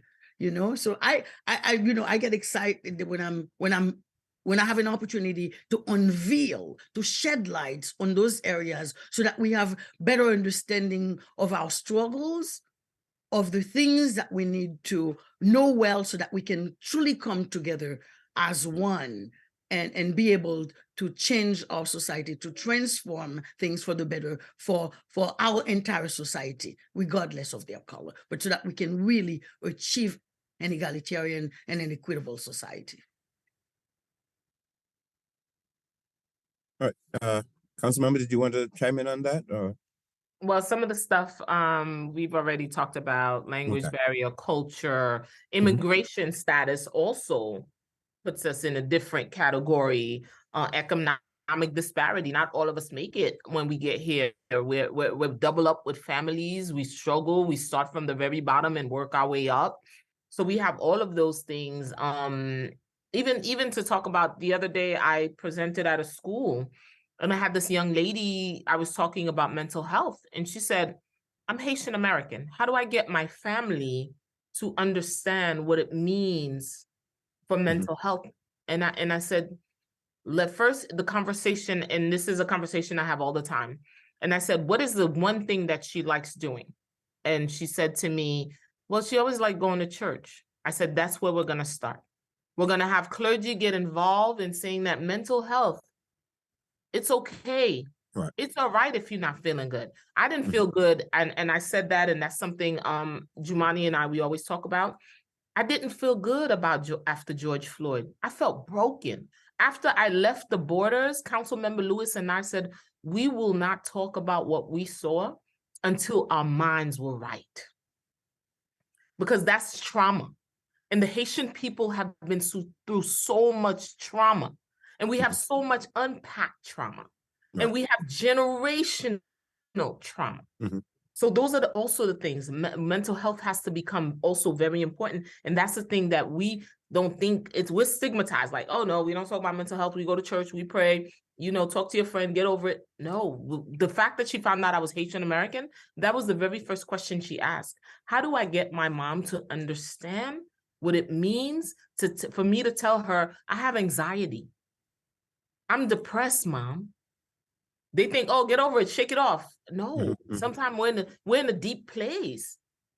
And I keep telling people that. And I said, sometimes people go in, they don't come back out. But if we provide the support, we can pull them out. And for her to say that, I thought that was so brave. After the presentation, I just went and I hugged her. And I said, if mommy loved going to church, try to talk to your pastor.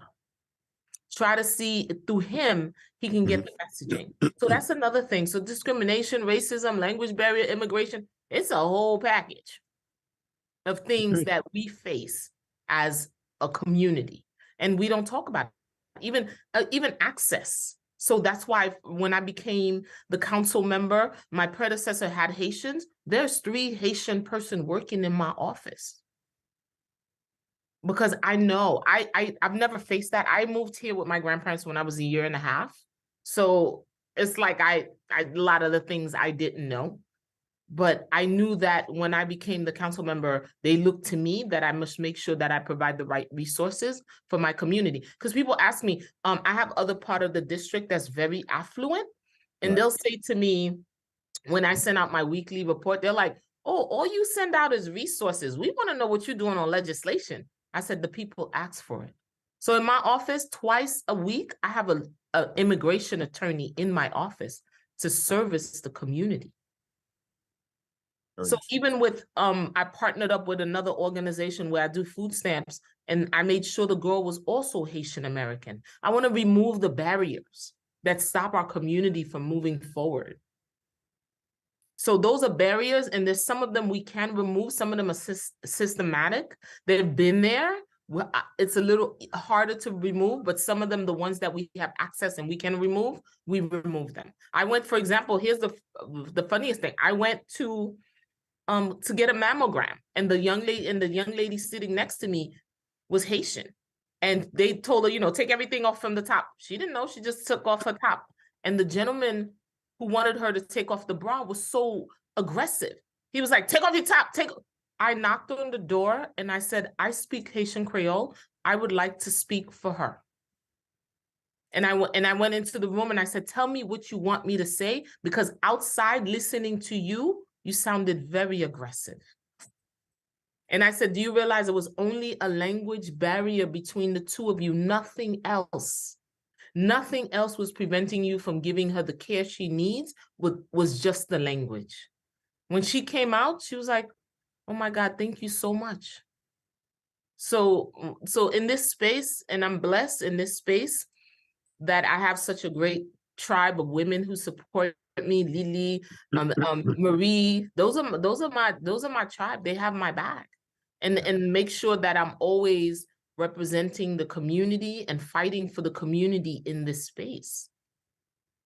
And so on that note, so there have been some notable, I think, development, excuse me, in the Haitian American community, right? And it seems to me, and speaking as an outsider, looking on, and interested and hopefully an understood ally of the community, that there seems to be what I'm calling a coming out of the Haitian American community. So we're seeing not just one aspect of it is the fact that you have a historic number of Haitian Americans, for example, in the New York City Council, and you're seeing more and more representation of Haitian Americans in the seats of power, the local level all the way up to the national level. And you see it in other ways. It's not just in terms of politics. We see it in the renaming of, or the naming, I should say, of Little Haiti. We see it more in terms of cultural expressions. I find it, encouraging and fascinating at the same time that when we go to the West Indian Day Parade, that one of the largest bands and most visible bands coming down the parkway, is always the Haitian American group, and I always look out for them. I throw myself right in the middle. It doesn't take them long to figure out that that I'm an interloper, but nonetheless, there I am with them. So is my perception, wrong, or to what degree am I right? To what degree is the Haitian American community coming, and forgive the analogy, but coming out of their shell, stepping up, making their presence seen, making their voices heard, feeling more empowered and more confident, and bearing in mind that I'm juxtaposing this against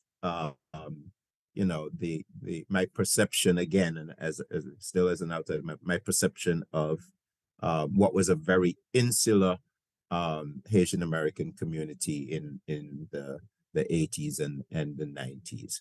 So I was wondering if any of you wanted to speak to that. Is there a coming out? Is there a change in the tide? Is there a new wave?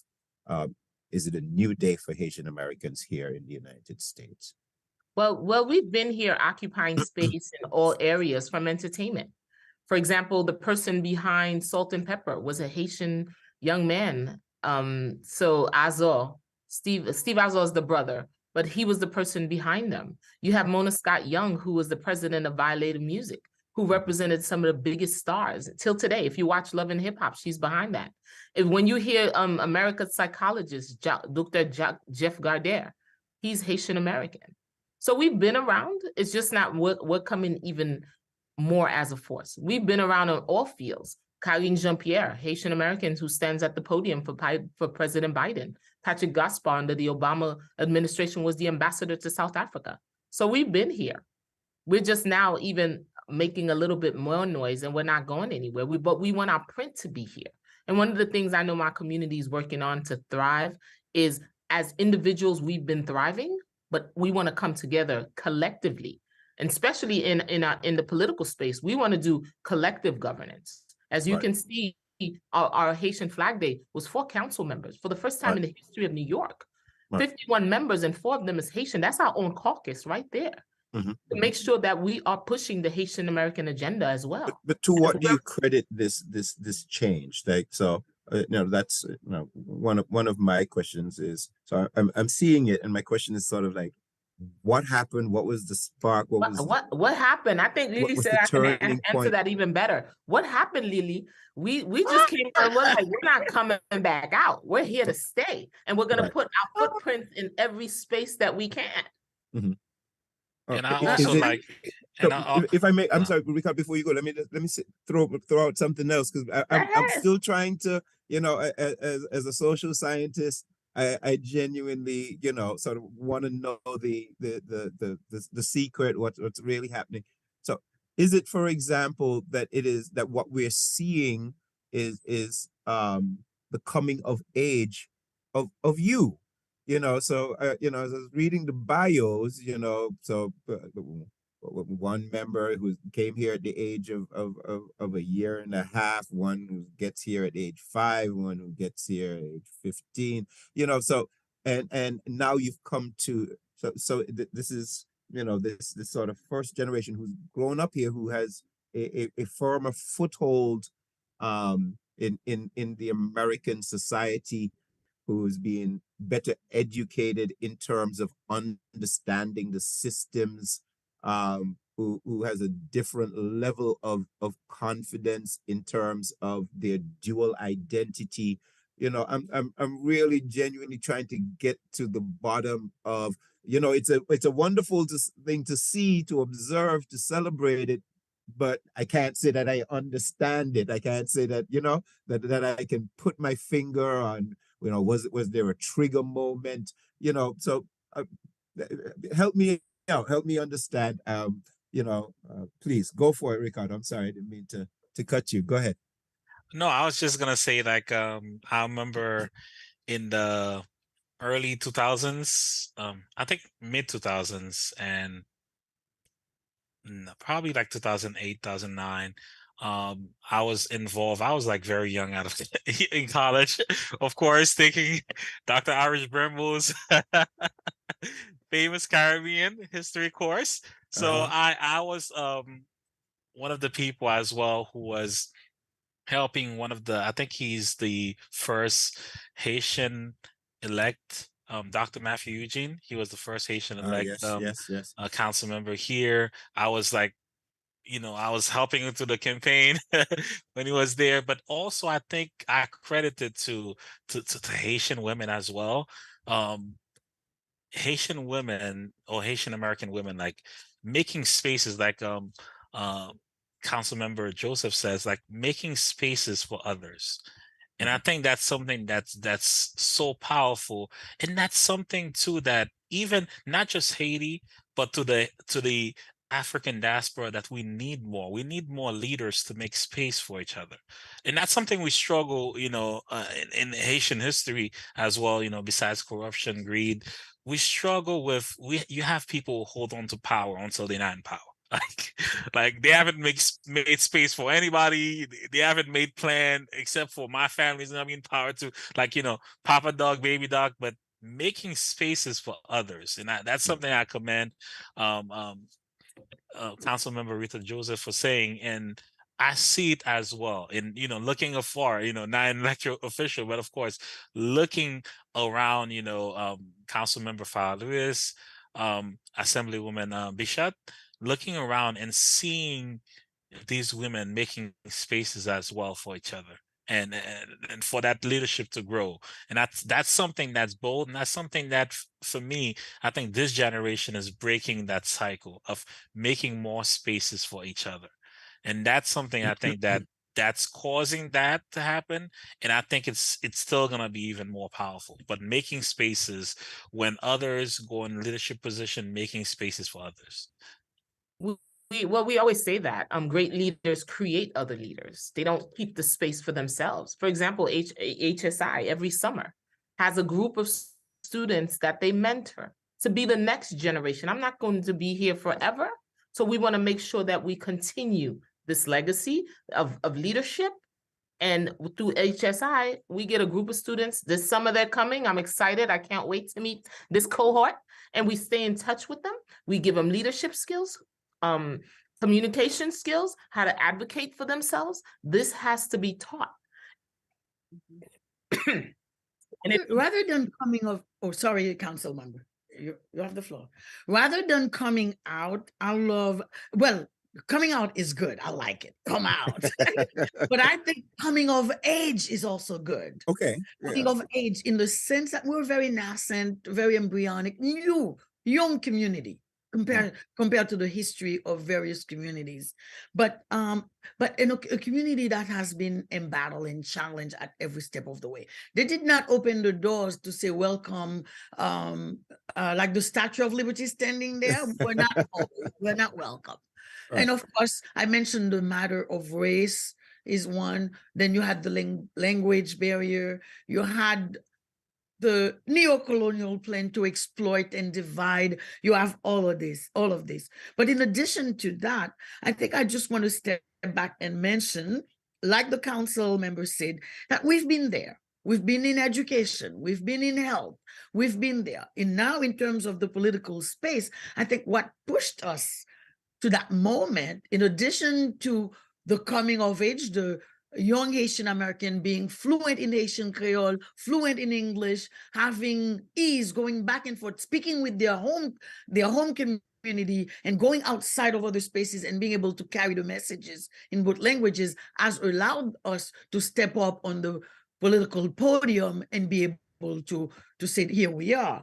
But I also want to say, and I think Council Member Joseph mentioned it, one of the turning point, one of the moment where we knew building political power was extremely important was that at that AIDS at that AIDS march in 1990, Mm. across the bridge. And here I'm going to give a shout out to the young Rita Joseph, now Council Member Rita Joseph, a member of Haitian Enforcement Against Racism, doing Black Lives Matter before we were naming Black Lives Matter, organizing the community, all of us, and walking across the bridge, seeing what unity does, remembering what unity did for us in 1804, and seeing what unity can do, and seeing that political power is extremely important as well, to find the resources to build communities, to build those things, those alliances, so that you can transform the space for better. I think I just wanted to underscore that the fact that we are there, and this coming of age, it was about time. And also to drop here that I think my generation, who were not born here, who came here as an adult. I came here after 18 as an adult, and we have hope in the Haitian-American youngsters, or the Haitian Americans who are making wave in the political space here, to be able to use some of their knowledge, their leadership skills, to also impact home. Because I think we will need to build the bridge between here and home to see change in Haiti, because those Haitian Americans who are fluent, who are bilingual, bicultural, fluent, will be able to talk to the powers here to tell them the policies toward Haiti need to change. And this is what we need to build a nation, the nation that our ancestors envisioned, where every individual there can be proud of their language, culture, history, and continue to contribute to the emancipation of the world. Antoine-Pierre, do you want to pitch in there? And then I have a follow-up question that I'm going to field to you first. All right. Well, in terms of leadership, I am really excited to see a whole bunch of, women stepping up, in the play. And, and Ricardo, it makes a lot of sense when you said that we're tagging along, we're tagging each other, and embracing each other and teaching each other. And that's going to make so much of a difference. So a friend of mine did say that, like, for men, and no offense, gentlemen, men thinking square, but women, we think in circle. You know what I mean? While we're going through our situations, we're already thinking of, how are we going to handle somebody else's, situation. We're going through our own challenges, but we put on the makeup, we camouflage it, and we keep it pushing. So I commend each and every woman on here, and all of my, female colleagues, our parents who paved the way for us, our ancestors, and we're ready to roll. Council Member Rita Joseph, we got a lot of work to do. So, let's make it happen. Appreciation. I want to, and Ms. Antoine-Pierre, I'm going to start off with you on this one, right? So there was a period where some researchers looking at the Haitian American community, and even in speaking with some people in the community, where there was a sort of a movement to de-emphasize right. There was a period where parents were not, or discouraging their children from learning patois, from speaking patois, or even in the pronunciation and enunciation of their names, that they de-emphasized the French element of it. In fact, I had I'll just share this with you. I had an experience where a young intern to speak to us about an opportunity to work with us here in the center. And as well, all of you on this panel are aware, and hopefully most of our visitors are aware, like, one of the things that we're very big on, similar to what Miss Joseph mentioned, is taking young people in as interns and using that experience to help develop them and propel them forward in their various careers and so on. But anyway, this young lady came and, very nicely put together and had a nice resume and introduced herself as Jean-Pierre, right? And I remember looking at her and going, like, your name is Jean-Pierre, your name is Jean-Pierre, right? And she paused for a second and looked at me, and I said, like, yeah, like you're, of Haitian background. And so she said, yes. And I said, well, here, that's not a negative, right? So, here, I don't want you to de-emphasize your name. I want you to embrace your name. I want you to say proudly that your name is Jean-Pierre, right? And insist that people, do their best to enunciate your name as it should be, because it's part of your identity. Now, but in listening to all of you, I hear now a very different sort of sentiment, where you're speaking of teaching young people to be proud of who they are, not to hide their heritage, not to feel that their heritage carries with it some negative stigma. So again, I'm asking as an outsider, so is what I'm seeing, is this a change in that trend? Are we are more parents excuse me, are more parents taking a different approach in terms of passing on their culture? Are young people now expressing a different level of pride and joy and interest in their culture, or is, or am I seeing it wrong? So I'll start with you, Ms. Antoine-Pierre. Do you see it? Has there been a change, in your opinion, in the community in terms of how of self-perception and projection of your heritage? Yes, they have been. And I see it. And I think for us, for our parents, it was a lack of education. Okay. And they don't, they're coming from a background where they were suppressed. You understand? We don't speak unless we're spoken to, we don't voice. So it's totally different, for our generation. As I said, when I came here, my parents, I didn't know how to speak Creole. I knew how to speak French where I came from, but it wasn't until my grandmother came up here and my eldest sisters came up here that I started to learn about, the language, the culture, you understand? And yes, we've become very, more comfortable, more privy, more proud, to say, who we are and what we stand for and our value. And it's, and it's awesome. And we are now passing that down to the younger generations. And I think what was mentioned before as well, to build on what Ms. Antoine-Pierre said, the fact that you come from a family who, who's teaching you those things to kind of, be nice, like what you said, it's very important to understand that going back to the events in the 1990s and also with the 2000s, the fact that I came out in 2003 where basically it was just the dust had already almost settled, where Haitians weren't picked on. But that generation, where my wife always tells me that with the fact that when she went to school and her mother was like insisting on her putting like uniform, and once you put in your own uniform, it's like, oh, you Haitian.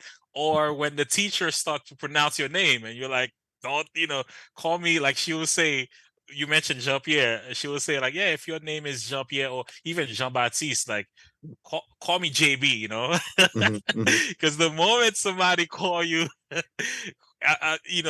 the proper term, and then they find you Haitian, it's a You're opening struggle to the yourself up point, to to ridicule. bullying, ridicule. It even got physical a lot of the time. Mhm. And I told her I came in a good time, because I'll probably be a martyr because I'll go down to somebody, right?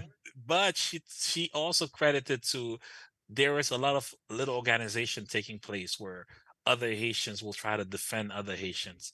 And that's something also with the Haitian Americans there too as well, who used to kind of contribute to that by saying, oh, he's Haitian, I'm not being picked on.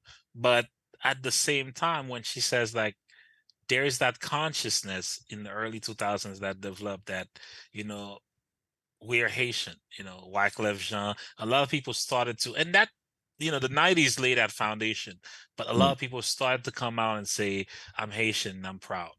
And there's nothing Yeah, but that, I have yes.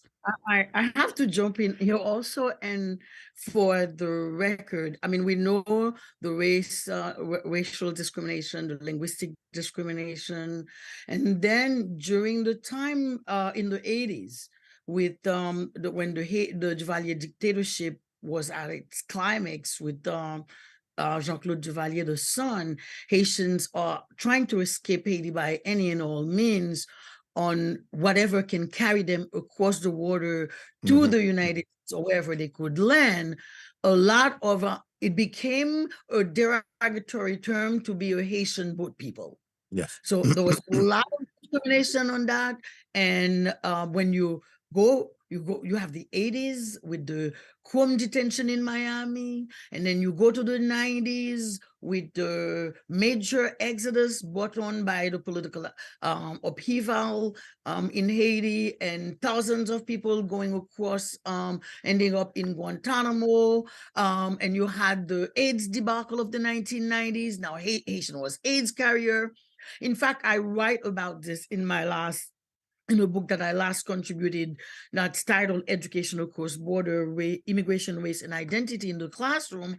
There was a group of students, and I remember clearly, and I talk about it, other students refer to them as HU, and I pulled the college student aside and said, what was that? I said, Haitian undercover. And it was a way of deflecting those discriminatory practice, those intra-ethnic discriminatory practice, like meaning other Black students as well were discriminated. If you, and particularly let me mention here, at the onset of AIDS, no one had any idea how this disease was transmitted. And here you had the CDC, one of the most powerful medical voice in the nation, and the FDA saying Haitian was one of the group that carries AIDS without any explanation. It took us a time to understand this was racist, and we responded forcefully, and they reframed it, but the damage was already done. And a lot of people, young and old, went undercover. And I know Ricardo mentioned it. I know there are a couple of fatal cases, but one of the cases that I know that I mentioned in my text was in Alex Stepek's book, Pride Against Prejudice, Haitians in the United States, where this young man who had an African-American girlfriend who was working in a store, very good boy and a very good young man, and then his sister found him with the girlfriend and spoke Creole to him. He later on bought a revolver and killed himself because of his Haitian identity being revealed. Right. So and I've heard of other instances in New York, not only beatings, but some people having lost their life because of that intense discrimination against Haitian, because of all these racist narratives created around AIDS and being poor. One doesn't choose to be poor. One stays home if home is good. So being a boat people, as were the people on the Mayflower, and later on other people escaping volcanic situation in their home. But we paid a price for it, a steep price for it. And one of the things that happened to the Haitian population between the late 80s, 90s, and onto the 2000s is trying to conceal their identity. Haitians wanted to be Jamaicans. They wanted to be anybody else except themselves because the discrimination was so hard. Here in Brooklyn, they had Haitian equal AIDS written out. kids were attacked in schools, so on and so forth. So there is that identity concealing was a survival mechanism. It wasn't because we weren't proud of who we are at home, in our community, in our safe spaces, but once you step outside, it became, you could become a casualty of that identity. And a lot of young people was, maturing, they decided to conceal their identity. And not just young people, old people as well try to conceal this identity in order to survive. But let me mention here also that it's not just Haitians who do that. In my research, I realized that there was a time in the United States during World War II or World War II, there was an anti-German sentiments. I think it's World War II, anti-German sentiment. A lot of Germans went undercover because the anti-German sentiment was rampant, was rabid, and some people anglicized their names so it doesn't sound as German as it was, etc., to avoid the discrimination and the right coming toward that time. So, but Haitians has privately always been proud of their achievements, their contributions to the world emancipation, but have used those identity concealing mechanisms sometimes just to survive in a place that can be so hostile to them. Okay. So we're about to transition into the final segment of this, but I do have a question that comes from one of our online viewers, and this question, and it's addressed to Ms. Antoine-Pierre and to Council Member Joseph, but I think it's equally applicable to Mr. Brisard as well. So the question is, a member of our listening audience would like you to speak for a few minutes about your experience as student leaders, teacher/union leaders. So that was a question as posed. So I'm going to rephrase it again. So they'd like for you to, for a minute, please talk a little bit about your experience as student leaders and teacher/union leaders. So Miss Antoine-Pierre, I'll let you go first. Okay, because mine is a little shorter than All right, Joseph. Okay. So my experience as a student leader here at Medgar College, I am so grateful, that I am a product of that institution. It has, made me grow into who I am today. We encourage our students to get involved. Okay, if one thing's when our student come into our office, we tell them get involved, get your feet well, join a club, because there's so many opportunities out there for you. For me, when I first came to the United States, it took me a very long time for me to travel. I have to say that my first travel was when I came here at Medgar College with Dr. Blair. And so yeah, it's crucial, but it's very important for you to know, where you came from. You learn a lot. There's so many, exposure things that you're, exposed to. For me, I started off when I came here. I came to Medgar College with a few credits. This was my first college experience, and I became the first in my family who graduated, with a college degree, and and I really love. I was very shy, but by volunteering and starting to connecting with my own student peers, I've been exposed to stuff. I ended up, being the SGA president, which was a position that I inherited. I started off by volunteering in SGA, thanks to Jonathan Matry and of course Ricardo. I started by volunteering. I became a sophomore class president, and from there, I became the day vice president, and I inherited that experience from there, and it was an amazing student life, experience for me. And now I'm able to advocate. Although it seems like I'm shy, but I will people. I know how to connect, people to what they need and where they need, and I really appreciate that. And so this is, where I'm coming from. And very small thanks to Miss Antoine-Pierre. I was under your leadership. I became Haitian-American Student Association president. Under your leadership, you were student government president. I think the year before that, a couple years before that, Jonathan Maitre was the president. But again, thank you for your leadership and also guidance. You came in, you help a lot. You came in, you made your presence felt, and thank you so much for that as well. I wanted to acknowledge that. And thank you. I've also learned a lot from you as well. And one of the things that I want the students to know, when you are going to apply for grad school or you're moving on, they're going to ask you, what did you do? How did you give back, to your campus community? So get involved. And, tomorrow you'll become that better leader, and you have a lot in your bag that you can give, and share with others, and leave behind a legacy, at your alma mater. Okay. Dr. CM Rita. So you see, this is leadership. She created another leader. So you see, it's happening in different spaces in different times. It doesn't have to be an elected, but it's happening in a college, and they represent the voices of the students on your campus. And I'm sure they came and brought all of the concerns and the grievances from the students to the administration, and I'm sure they brought change. It started, Lily told you my story.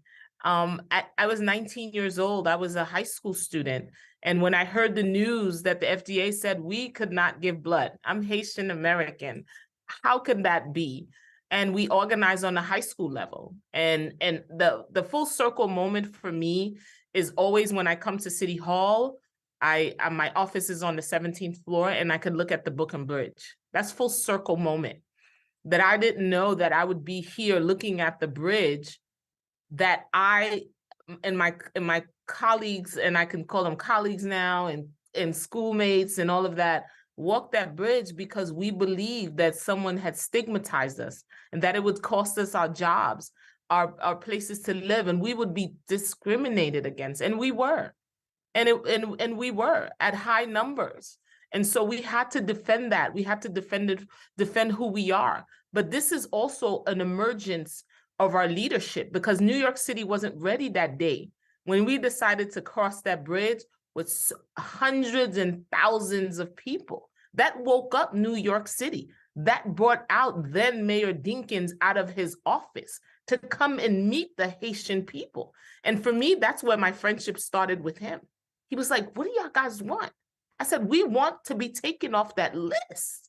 I don't want to be called AIDS carrier. I don't want to go to school and known that I carry AIDS, I'm contaminated. And it was at the height of the AIDS epidemic too. So you know what that meant for us. So we had to make sure that we never go back. And that's why we fought. And my advocacy didn't even stop from there. Actually, this defined who I would become, because I continued my advocacy on immigration, police brutality, housing, and all of those stuff. And Dr. Cerat, she's being very modest. When the influx of refugees came, we were here greeting them as they are coming now. We were doing that same work back then. So I always tell everyone, this is not new to us. We've been here. We've done this kind of work, and our hands have been in this space before, just that now we're in a different space. So we have different voices and different platforms, but the work has been the same in terms of community activism, being out there. I'm the only council member, and I brag about that I was the only council member that's been in 2 unions. So I was in a union before I became a teacher. So I always brag, and I'm like, so when it's labor, so when I meet with labor, I'm like, I'm the only council member that's been in 2 unions, but in unions and labor had become very important. And we have, even not in the political space, as you were saying, this community's emerging. We've been emerging. Even in the labor space, we've had positions, Haitian Americans in position of power. 1199 would be one of them. Look at 32 today, Jean-Francois. He's a president. Yeah. So we've been in other spaces, in entertainment, fashion, medicine, education. We've been thriving in those areas. It's now even more, we're emerging, people are seeing us. But we've been there. Garcelle Beauvais was a well-known model. For years, she's been in the scene, actress, mainstream TV. We've been there, we're just seeing an emergence and people are paying more attention. And so that's why we have to use this moment. We thought 2010, our earthquake was a moment for us to get it right. But again, the international community played us like a fiddle. They did. And that was another moment. That's a when great transition into it was sexy. Yeah, it was sexy to go to Haiti and help and all that stuff. And look at us now. Certain organizations built 6 houses after they got how many billions of dollars? Yeah. But yet we're still in the rubble. So it's always this cycle. We go through the cycle. So that's why when I say trauma, this is also trauma. This is a community where we've been traumatized over and over, and it's like dreams are snatched away. Look at the UN peacekeeping force. Went to Haiti, contaminated our waters, killed over 6,000 of our brothers and sisters from cholera, and there was no recourse, even though there was lawsuits, and I'm sure those families never got a penny from it. So it's the ongoing trauma of, but I always believe that those who are last will be first. And that's that. I know Haiti will get there. And it's through this collective work and through this collective governance and talking about it and bringing allies and building coalition. We no longer have a language barrier. We don't have that. We're building coalition. We're building coalition. And that's why it was so important for my colleagues and I the other day when we celebrated Haitian Flag Day. We wanted in a space where children could come. We want them to start learning about their history. We're going to celebrate with them to empower them as well. Culture, music, dance. You're going to listen to it, our food. I know all my friends on Labor Day, they all want to be Haitian. I'm like, I know y'all all want to be Haitian at Labor Day. They all want to be Haitian because we got it. But at the same time, we're also very resilient. We're determined people. We don't give up. We're not quitters. But we will continue to make our way together. They always say together is better, and our community is coming together for collective governance. And I just want to join in echoing my support in terms of the importance of student leadership in terms of developing future leaders.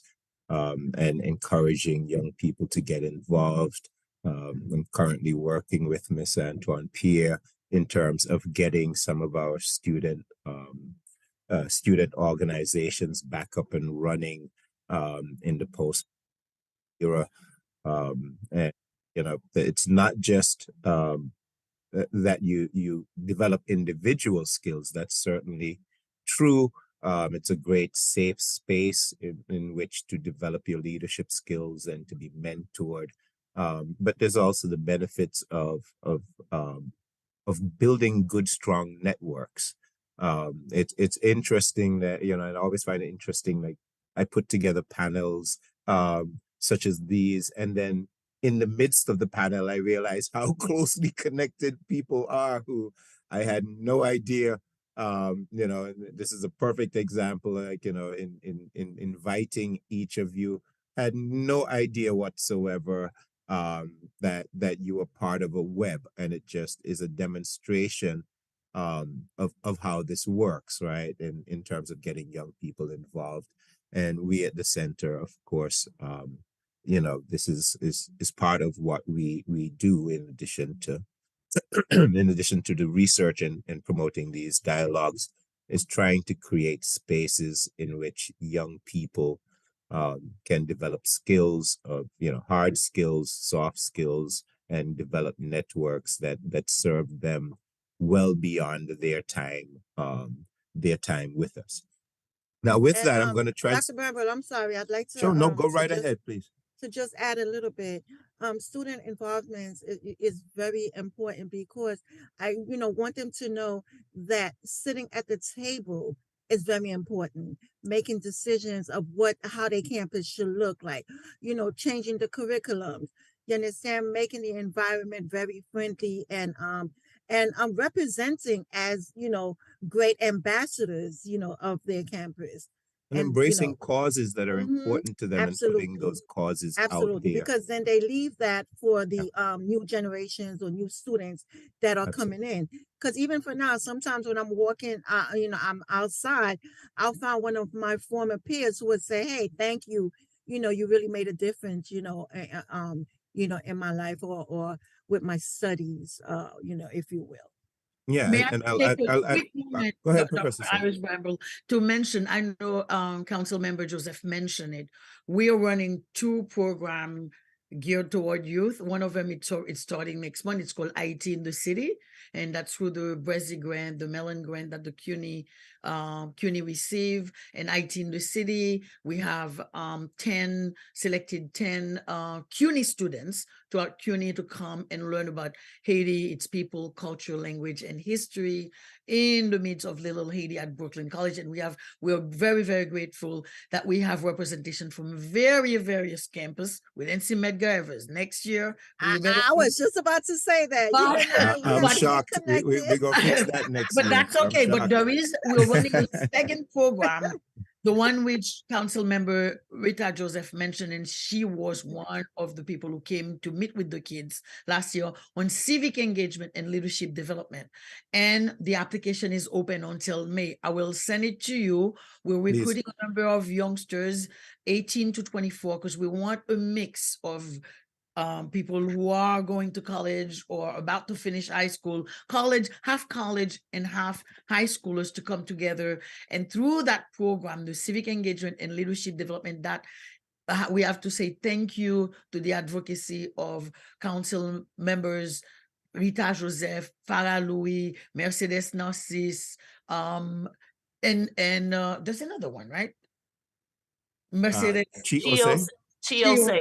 All of them and their allies inside the council, Yes. regardless of which committee they serve on, but they know the significance of keeping funding for the HSI so that we can work with these youngsters in those spaces that are safe, that prepares them to understand what roles does a citizen play in public service, and what sort of skills that I need to have, skill set that I need to develop and have in my bag to assume leadership roles so that I can serve this community and make the community thrive and be healthy. So I will forward you the application, but it Please do. closes soon, so that we hope maybe a couple of students from your place will participate, because those 20 to 25 youngsters that we work with, they become change agents that will in turn replace us when we're no longer there and continue the good work that is being done by these people at the council and us in those institutions in the community. I will give you a call tomorrow. All right. Please. All right. So as we transition into this final segment, we're going to talk a little bit about what's happening in Haiti now. All right. And so for some observers, it seems like Haiti is stuck in a perpetual cycle of unrest and instability. So why do you think this is? And more importantly, let me start with the why. So why do you think this is? And we've talked a little bit about some of the external forces, but if we want to have a balanced conversation about it, then there are some internal elements that we also, I think, need to address. And of course, this is a huge issue, as I mentioned in the beginning, so we're not going to cover it all, but I'd love to get some of your insights, and I'm sure our listeners would benefit from hearing. The second part of the question is, what needs to happen in order to break the cycle, right? So the cycle exists. Let's talk a little bit about what some of the root causes are of these cycles of unrest and instability. And equally as important, and perhaps more importantly, what things do you think need to happen to change the trajectory of Haiti? I think one of the things that I've learned to understand about Haiti is that when I was there, when I went to school, something that happened is that our political system is not really accessible. And that's, I think, I'm not saying that's, but that's one of the main roots, is that a lot of people, students, it's not accessible to them in their curriculum. I never learned to know about my government. I learned about the different departments, but 15, I was like pretty much in 11th grade, going to be, a couple more grades to finish, but I never learned about our political system. And I think that's something that, if it's not, you cannot sell a political system to people that they don't know what to expect from it, and also they don't not know it. So I think that's one of the disconnects. And also the instability, a lot of it has to do with, we have the same people in power for a long time, so not making spaces for each other. But we have opposition each time there's a president or there's like a political party in power. We have just an opposition. And one thing that's causing that, and I think it's like, internally as a people, we have to look at it and say, do we want to go for issues instead of parties, or who's in power or not?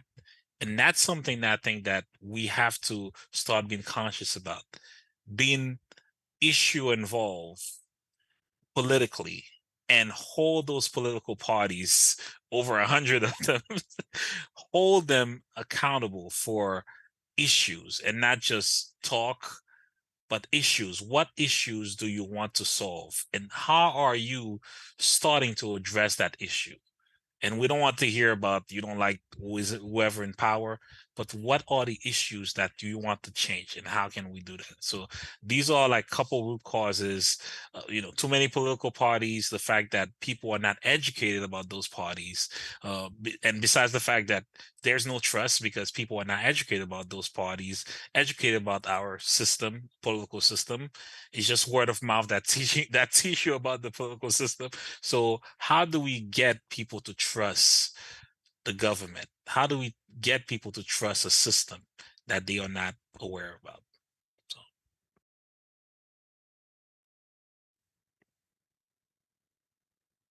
The list is so long, I had to write it down. I had to write it down. The list is long. For example, I could start with political instability, series of political crises, whether it's coup, political assassinations, frequent change in leadership, weak governance, socioeconomic poverty. Those are income inequalities, limited access to basic services. Those are the things. Historical legacy. If I were to think about that, the legacy of colonialization, slavery, foreign intervention have long effect on Haiti. We're still feeling the effects. Our natural disasters. And that's something Lily highlighted, and I want to make sure that I echo it. Environmental vulnerability. We only have 2% of our forests remain. We need to plant trees. So we have an environmental crisis on our hand.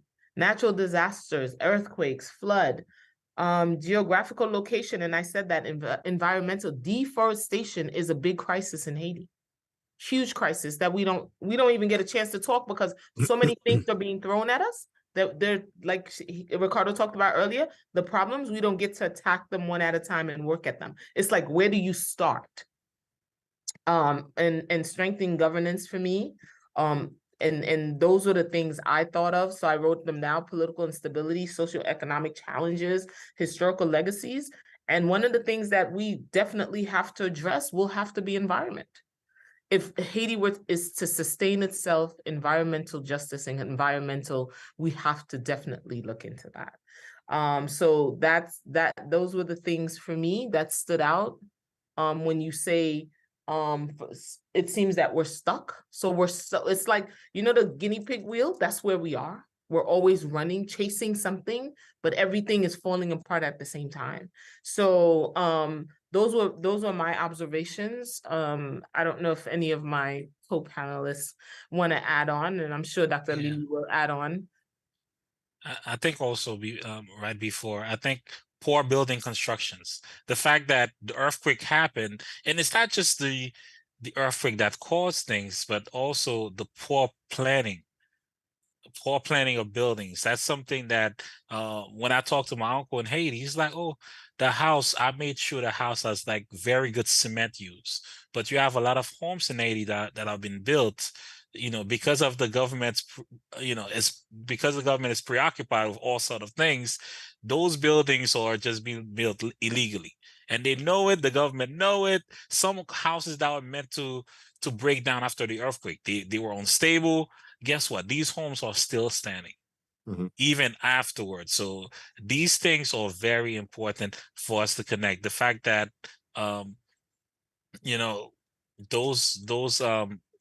those disconnect with the Haitian politicians and the people, that's really affecting us. So having those environmental issues addressed, but also poor planning, decentering Port-au-Prince.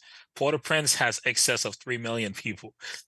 The rest of the country, to do a passport, many times you need to go to Port-au-Prince. To do certain things, to go to school, you need to go to Port-au-Prince, where it's just excess amount of people. How do we decenter Port-au-Prince and give agency to the other parts of the country that can maximize our potential as well? So that's lacking.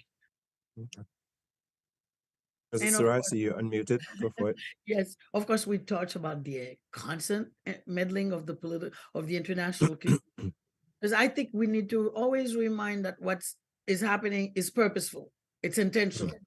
Okay, because that the meddling, the instability profits the elites, benefits the elites, and not just the elites in Haiti, but the elites of the world who are not concerned about your plight, who's not concerned about your healthcare system, your education system, but about how many billion they can acquire, they can put away, how many islands they can buy, how many planes they can buy, so on and so forth. And I think, Council Member Joseph, I love when you said that slavery was first and foremost an economic enterprise. They use a narrative of dehumanization, but it was all about making money, keeping people enslaved for 400 years plus to maximize their wealth, to use people to create their wealth.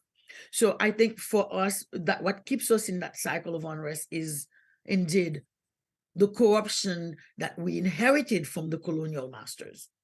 And they've used it.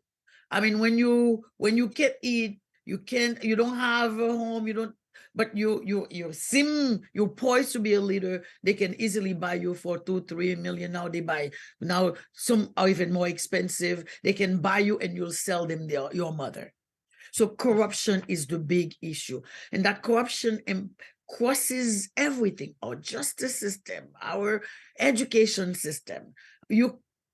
I've heard horror stories of people in university who have to pay the professors in order to get their grades, pay the professor in order to accompany them in doing theses. So the corruption crosses every aspect of the society. And that's something that we really need to address internally. We have to come to a point where we raise the consciousness of every single Haitian citizen to understand that this is not about us. The ancestors envision this collective, this unity, this nation for all of us. And we need to find a way to go back to that vision, to build a country that will really embrace and sustain the vision of the ancestors, what they saw for us, because they were brilliant. And they really bequeathed us a lot of things that if we use them properly, we won't have to say, oh, I'm proud to be Haitian, I had a great independence, but we'll put to use those tools and those skills and really build a nation that we all will be proud of. And of course, we have to remember that divide and conquer, that is part of the colonial project or the neo-colonial project. Division internally, that's why a lot of us, you go to Africa, you'll see us infighting. You'll go to other places, you'll see it is part of the colonial project, because in this infighting, in Haiti, we don't make weapons. Where do they come from that there's weapons all over the streets? People are making money, people are dividing and using all means to create the division and to keep us in that unrest so that we cannot get there. But I am confident, if our ancestors, these Africans who came from all over Africa after 300 years of worse conditions done us, found the tools, found the skills, found the means to overturn the system of slavery and stop the world in its course, I'm hopeful. I'm hopelessly hopeful that we're going to get to the point where Haiti will turn the corner and will have the Haitian invasion by the ancestors. And of course, I'm a language advocate. I talk about language access, language rights, language justice. Having a clear language policy in Haiti where students can sit in the classroom and learn about Jean-Jacques Dessalines in Creole, in the language that they understand, learn about Toussaint Louverture in the language that they understand, learn about the history of the ancestor, where they come from, what they brought with them, what they reinvented on the island. Those are, quote, organic intellectuals who gave us that nation, to use the word of Gramsci, organic intellectuals. When we do it in Creole, from the beginning, from the kindergarten all the way beyond, and the kids understand who they are, their history, their identity, everything, I think we will turn the corner. We will have the Haiti that the ancestors envisioned.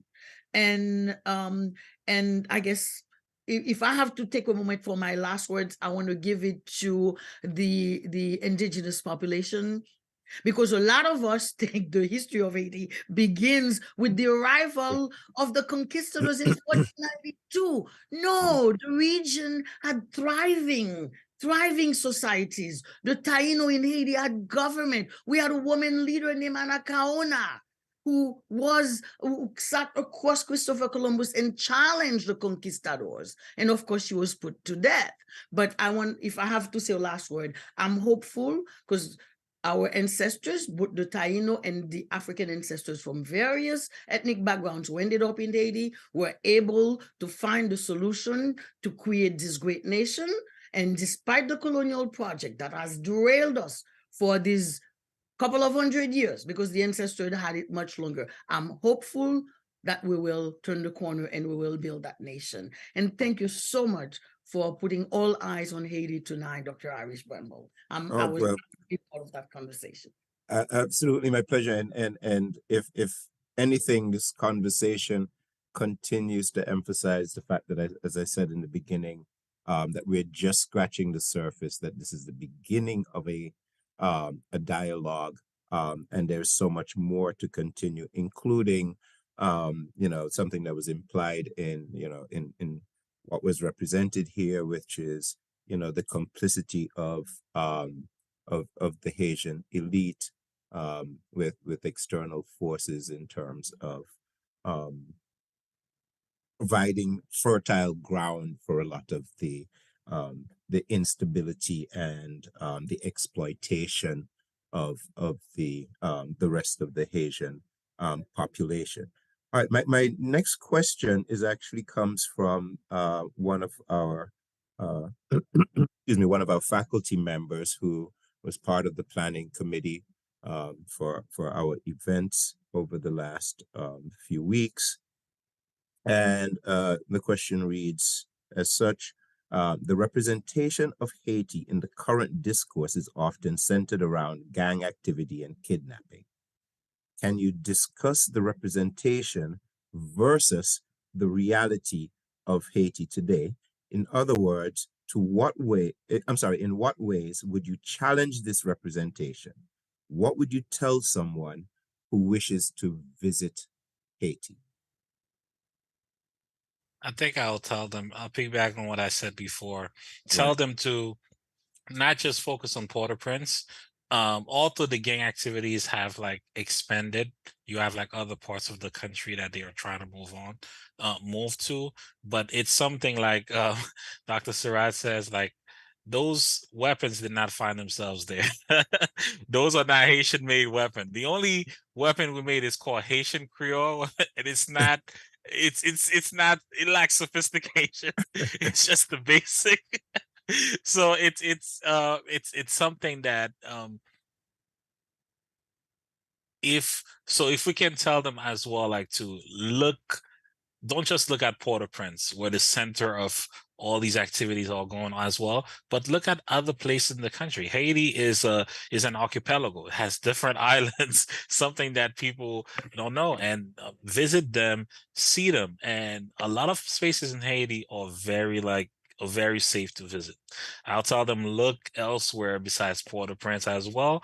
And there's a movement now of the gangs that there's this movement called Wakale, where Haitians are actually taking charge. Haitians in the street, along with the police, are Pushing back pushing back against the gangs, killing a lot of gang members, just like pushing back and really trying to defend their livelihood. So that's something that's taking place as well. But of course, we see that image is lasting, but nothing with the other islands of Haiti or the other corners of Haiti that's just like beautiful. And just the other day, a friend of mine, she has a page with Instagram and TikTok, Bertrude, Dr. Bertrude, and she went to Cap Haitian. She has like a teacher training program there that was recognized by UNESCO last year, and she was just enjoying life, with the parades, the numerous parades in different cities. It's beautiful, but again, it's those gang images and also those kidnappings. That's something we have to also address as well. Just the other day, some Haitian Americans were kidnapped there. I think they had a 1-year-old baby that just turned 2. They missed. So we have to understand that Port-au-Prince is very dangerous. You have key parts that people have to avoid, but out of Port-au-Prince, out of Haiti, Port-au-Prince is just a small part of that. You have so many other places to explore. And we have also travels, the airlines as well go directly to Cap Haitian, which is the second major city in Haiti as well. So you have safer areas that they can go and they don't have to worry. Just like when Royal Caribbean, when the earthquake was happening, they were still bringing people to Haiti. But they were saying, "Oh, you in DR, you're not in Haiti," but they were actually in Labadie in Cap Haitian, enjoying life, but telling people, "You in DR, don't worry." So yes, there are other poor corners of Haiti. And it's true, Ricardo, because when I went to Haiti, I think I went to Haiti in 2017, and we went to, we stayed in Labadie. So leaving Port-au-Prince while we were going, I think it was a 2-hour, drive to get there. It was a total different world. And also I saw so much wasted land. So yeah, we need to be able to come together, how to decentralize the corrupted government, come to the table, try to come up with contingency plan of how, just like our ancestors did, right? They move real slow like turtles, but they came together, blew in the horn, and overpowered and and took over their leadership. And also, and in light of that, I want to know, I'm going to turn the answer to a question. I want to know the people who said that they are our friends, our allies. They also have to come to the table with us, to help us, to get our country back to what it once used to be, the island that they to themselves, have a lot of enriched a lot of benefits out of there. A lot of them have homes there. You understand that our own Haitian residents, are not privy to. You understand? So we need those people to come to the table, sit, together, and and help us take the country back to where it was. I think I need to jump in here and simply mention that with the proliferation of gangs in Haiti, I think I mentioned it earlier, and Ricardo underscored the fact that the gangs have lots of heavy weapons. Haiti do not fabricate weapons. Haiti fabricates barely nothing because we buy everything from the outside. But one of the things that there's a whole school of us out there saying we need our allies, and I did the air quote, to really contribute to stopping the influx of illegal weapons and ammunition into the country. That's one way of helping out with dismantling the gangs that are ruling Haiti. I don't think, in my opinion, I don't know if they can, not the Dominican Republic, the United States, and any of our neighbors can really cohabitate with a gang rule Haiti next door. I think so. I think it's about time that we in the community and elsewhere, we organize with allies to really put pressures on the powers that be to stop the influx of illegal weaponry into Haiti. We need assistance in dismantling the gangs. We're not going to be able to do it ourselves. We're not asking for court interventions. They're already there, but we want them to direct resources. We need to force them to direct resources in areas that will help us regain the Haiti that our ancestors envisioned for us. Not a gang rule Haiti with weapons coming from all over the world, but fabricated in Haiti. So, and they need to really, they really need to stop the status quo, which, represented by the current people in governments in Haiti, a bunch of corrupt. Just recently, I learned their ambassador to the United States was recalled because they caught them in I don't know, what is it called? Selling Passports. Exactly. So corruption is really at the core, and I think we need internally and externally to stop doing things, stop the corruption. And I think that's going to allow us to begin to envisioning and reinvent Haiti. But really, you could go. I haven't been. I want to go home. I want to go to my mother's grave. I want to go where my umbilical cord is buried. I want to visit Haiti because that's where I go to resource myself, where my ancestors walked, both the Taino and African. But I know I don't feel safe enough. I'd love to have a study abroad with Medgar Evers and Brooklyn College to take students to go see the beautiful country that it's Haiti. So we need various factions of the community to come with us to really pressure the powers that be here and throughout the international community to help us stop the influx of illegal weaponry and to regain Haiti. Very good. And that's the perfect segue. Sorry, do you want to go, Council Member Joseph? No, I just wanted to echo everything they said, and also saying that I think the Haitians in Haiti now are saying enough is enough, that they're taking matters into their own hands. They just want to breathe. They want to eat. They want to send their kids to school. They want to worship in their place of worship. They just want to, we've never gotten a break, ever. Always a foot on our neck for some reason. Indeed. I want to bring my friends to Haiti so they can celebrate the cultural richness that I have, the folklore, the rara music. I want to be able to go during Easter and take them to Leogan to go to have rara. I want to be able for them to see the natural beauty, my beaches, my beautiful blue beaches, the landscape of Haiti. I want them to see this paradise that I talk of, but we have no opportunity because I'm too scared to go. Lily's too scared to go, but we want to be able to be similar to, we were just saying that in the council, I want to be able to take students to Haiti. Just like before all African Americans felt Haiti was home.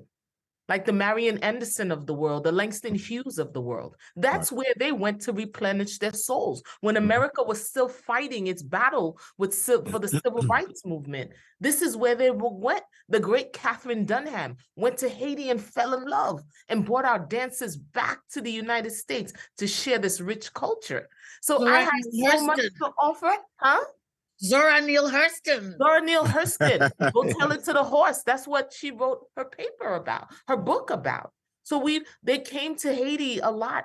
That's where we want to go and replenish our souls, but we're unable to. So we knew that our friends, our African American brothers and sisters who used to go to Haiti, Eartha Kitt used to go to Haiti all the time. This is where they went to replenish their souls. So that Haiti is that magical place, but they don't want it to be. But we're here to make sure was in Ilavash, to the Queen, the Caribbean Pirates movie was based on Haiti. People don't know that because the pirates used to go transit to Haiti. The whole Caribbean Disney movie was all based on Haiti. And even there's a rumor that the Bermuda Triangle is in Haiti. Haiti is such a magical place. I don't know. All right. Well, actually, that was a perfect transition into my next question. So it seems that Haiti is being ignored, not just by the mainstream media, but even by the international community. Our theme tonight, of course, is all eyes on Haiti, but for everyone else, it seems to be all hands off Haiti.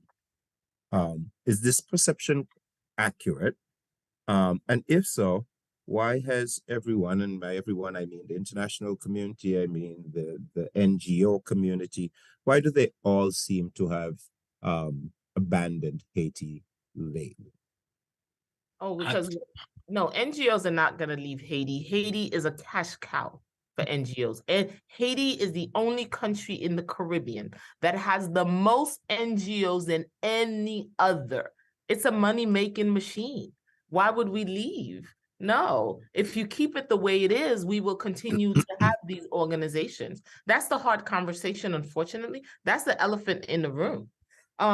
We get So why have they when, failed Haiti? So maybe that if that's the question. So because people go into places and they don't lead with empathy. They want to go, for example, they want to build bathrooms. But did you ask me if I needed bathrooms? I may not need bathrooms. No. I may need a water filtration program. I may need a school, but NGOs, when they go, they never lead in a place of empathy dealing with for the people. They always go with their agenda. I went on a project with an NGO that shall remain nameless.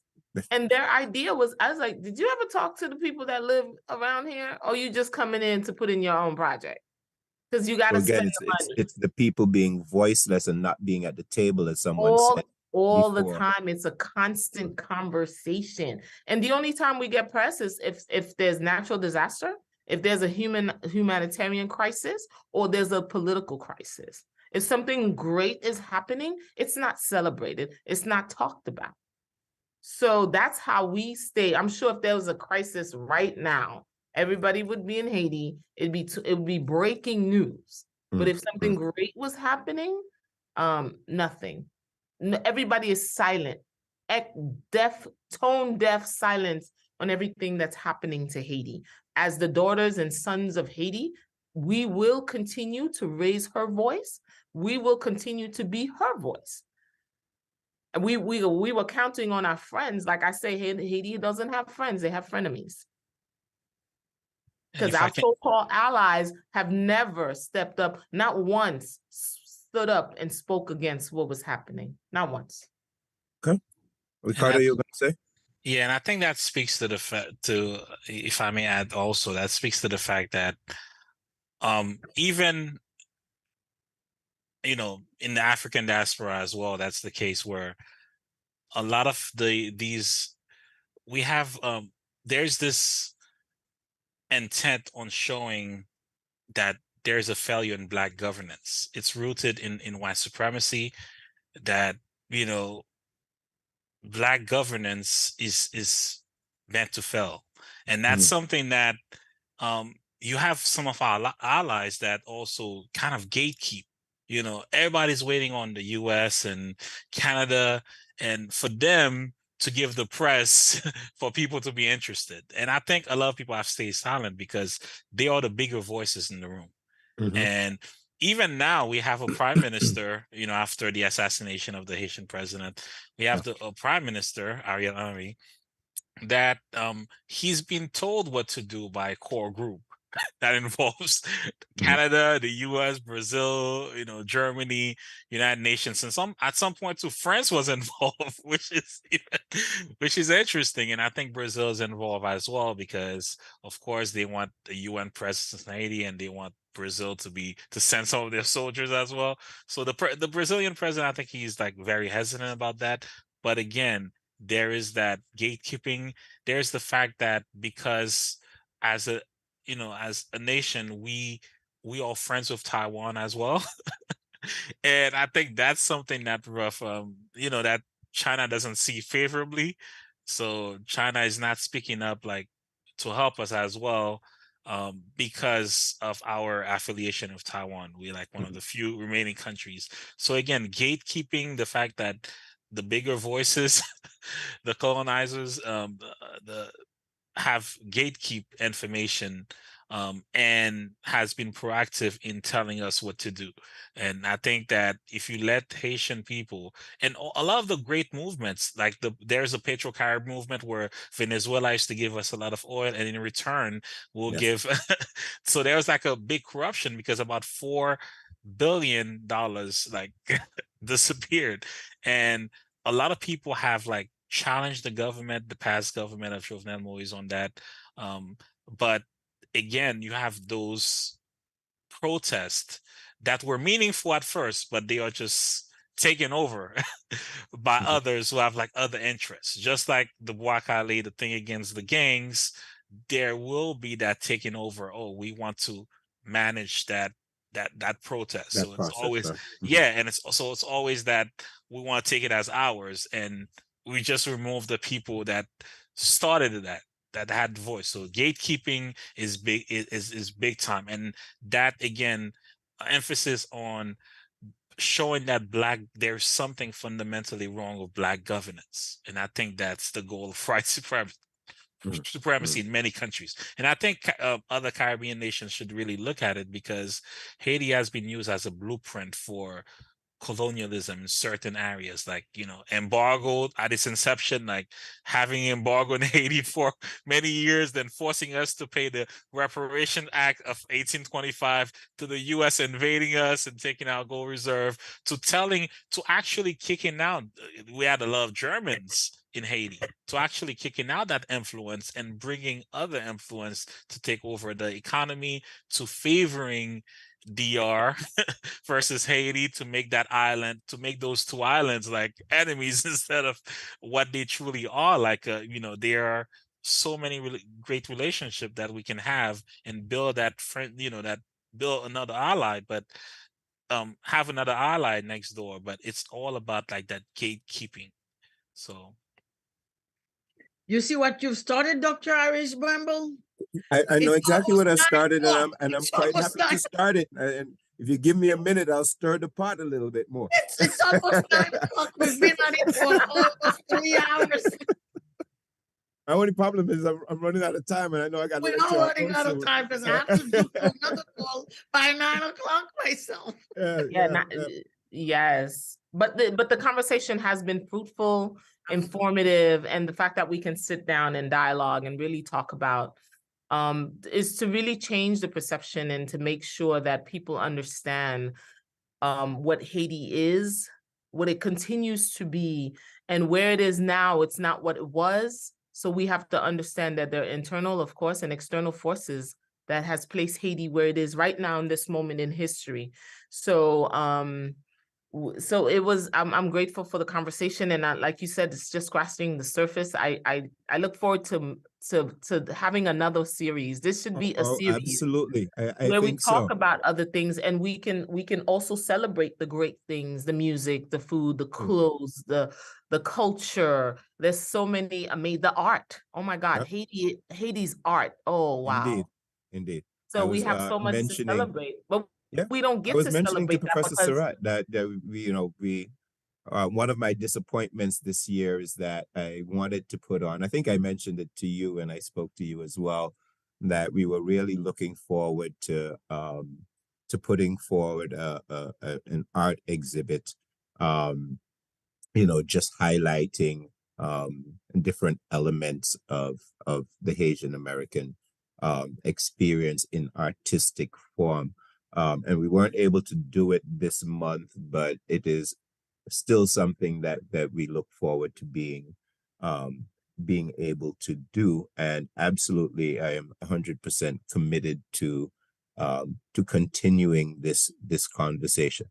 My final question I'm just going to throw out at you, and that is an opportunity for you guys to tell me about, and our listening audience, about any projects that you are involved in, that you are aware of, that you are supportive of, that support the people of Haiti. And it's a threefold question, I guess. So projects to help Haiti itself, the people in Haiti itself, projects that you have and that you're working on to support the Haitian American community here, and how can other people in our listening audience get involved in supporting these projects? Ms. Joseph, I know that at the Flag Day you talked about I think you talked about tree planting, and you've mentioned it here on several occasions in terms of battling climate change. But as we wrap up, I want to give you an opportunity to talk about projects that you think are particularly important, and ways that people can get involved. Well, You know, they can get involved with HSI. They can definitely get involved with HSI, volunteer, become a mentor. Our young And people, HSI is your Haitian Studies Institute at the Brooklyn Haitian Studies. College, which is part of the Okay, CUNY sorry, system. I missed that one. Sorry, I'm not It's always good at the okay. acronyms.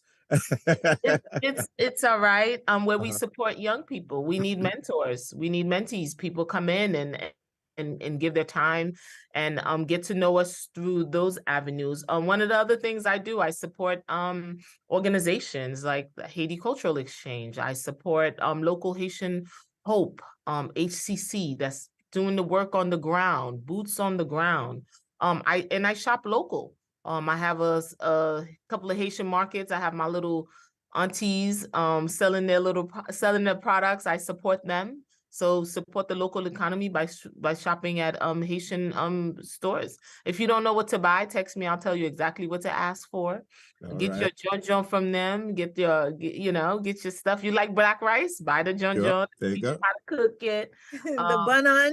The bun-on. I have a good friend of mine, Nadesh Florimon, at the Flatbush Central Market. There's also a little Haitian hub over there. She sells the bun-on, where you could get a bun-on sandwich, 2 plantains fried together with fish, fried goat, griot, however you now want you're it. getting me hungry. Yes. Those are the ways that we can support our local Haitian-American community here. Attend the celebration. Donate to a local Haitian organization. And while the ones that are doing here, like I said, you have Haiti Cultural Exchange, you have Hope, you have HCC, you have Community Diaspora, you have HSI right here. There's so many ways that you can be an ally and a friend to the Haitian community. So that's my spiel. Thank All you. right, I'm going to thank have you. to jump up soon. And I agree. There are all those ways that Council Member Joseph just mentioned, and the Haitian Studies Institute, or HSI, do hold a lot of conferences, conversations, dialogue to go at these issues, because it's ongoing. It's not one-shot deal for us. But more specifically, how we are involved in Haiti, the Haitian Studies Institute work with the regional public universities in Haiti through the 10 regions. Like we have a remote course that is being done by one of the CUNY professors here, teaching at 2 universities virtually on hotel management and culinary arts, one in Jacmel, one in Okai. And we have a program also this summer that's going to be happening virtually in nursing in the north of Haiti. So the HSI put resources in having faculty, Haitians and non-Haitians, share their knowledge with local universities in Haiti. They've gone underground physically, but this year it's a little bit more challenging. We're doing a lot virtually, and once in a while putting our fingers in the air to see if the atmosphere is right to go in for in-person sessions. So those are the ways we're involved directly on the ground in Haiti. Yeah, for me, I think having there's P4H Global that also does the teacher development in Cap Haitian primarily. I also used to work for a few years back, the Jewish Community Council for Greater Coney Islands. They used to do ESL training, ESL for students. We used to do some of them at Medgar as well, but they just needed a space and they had the funding where they'll go and then they'll work it out. And I think something of that nature will empower, especially the new influx of Haitian migrants or Haitian immigrants into this country. I also thought about like creating curriculum for Haiti with Haitian teachers. That's something that because of the insecurities back home, I haven't been able to put into fruition. But that's something that's especially into the private schools or into like state schools kind of have that. So I used to be involved in Haiti Liberté with the youth. I used to be president of the youth in Haiti Liberté. I think that's where I saw Council Member Rita Joseph for the first time. We saw each other there. So again, buy frequent Haitian businesses, and you can even sponsor. I used to sponsor children in Haiti, like going to school for $20, $40. Everything helped. There's Color of Hope.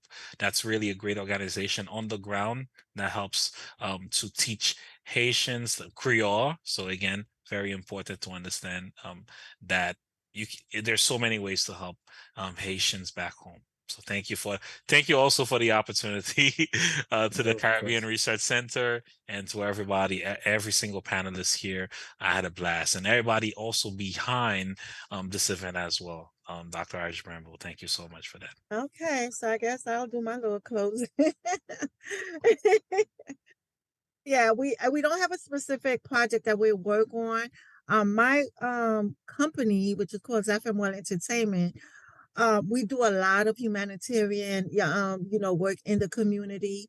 We've worked with Council Member Rita Joseph, Mercedes Narcisse, and all other, a lot of other organizations that are, making things happen within our Haitian and Brooklyn community. So we serve our population with everything, and any other project that we could think of that we could be a part of, we really appreciate, and being a part of that. So people have kind of misconstrued what our company is. We are a music entertainment company, but because we do so many humanitarian services, and we do them, with our own money. We don't have a grandfather, godfather who's sponsoring us, but but we are doing it with our own hard-earned money, and it's going for a good cause. So we appreciate everyone for doing that. All right. And on that note, I want to thank all of you for taking the time out of your busy schedules to join us this evening in what, was a very rich conversation. I want to thank, of course, my team for all the work that they've done. Ms. Sasha Richardson, who is behind the scenes streaming this, she's one of our youth interns, and does a fantastic job in terms of helping us to bring our programming to the broader audience. It was indeed a pleasure to have all of you, and I look forward to continuing this conversation and to working with all of you in the future moving forward, not just to talk about the Haitian-American experience and the Haitian experience, but to talk about a wide range of issues that we of Caribbean descent face. I want to thank everybody who joined us online. And please, if you haven't done so yet, please subscribe to our YouTube channel and look out for future programming.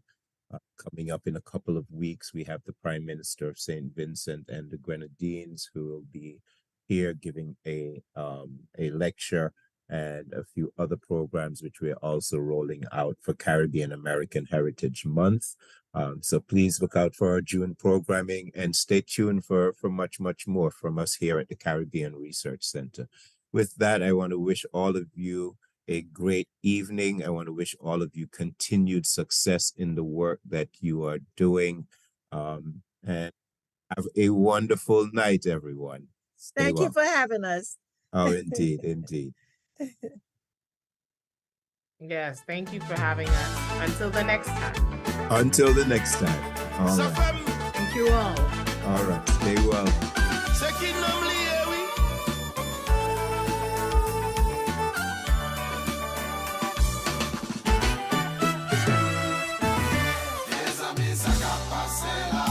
Ça ka passe dans Port-au-Prince. Ça ka passe là.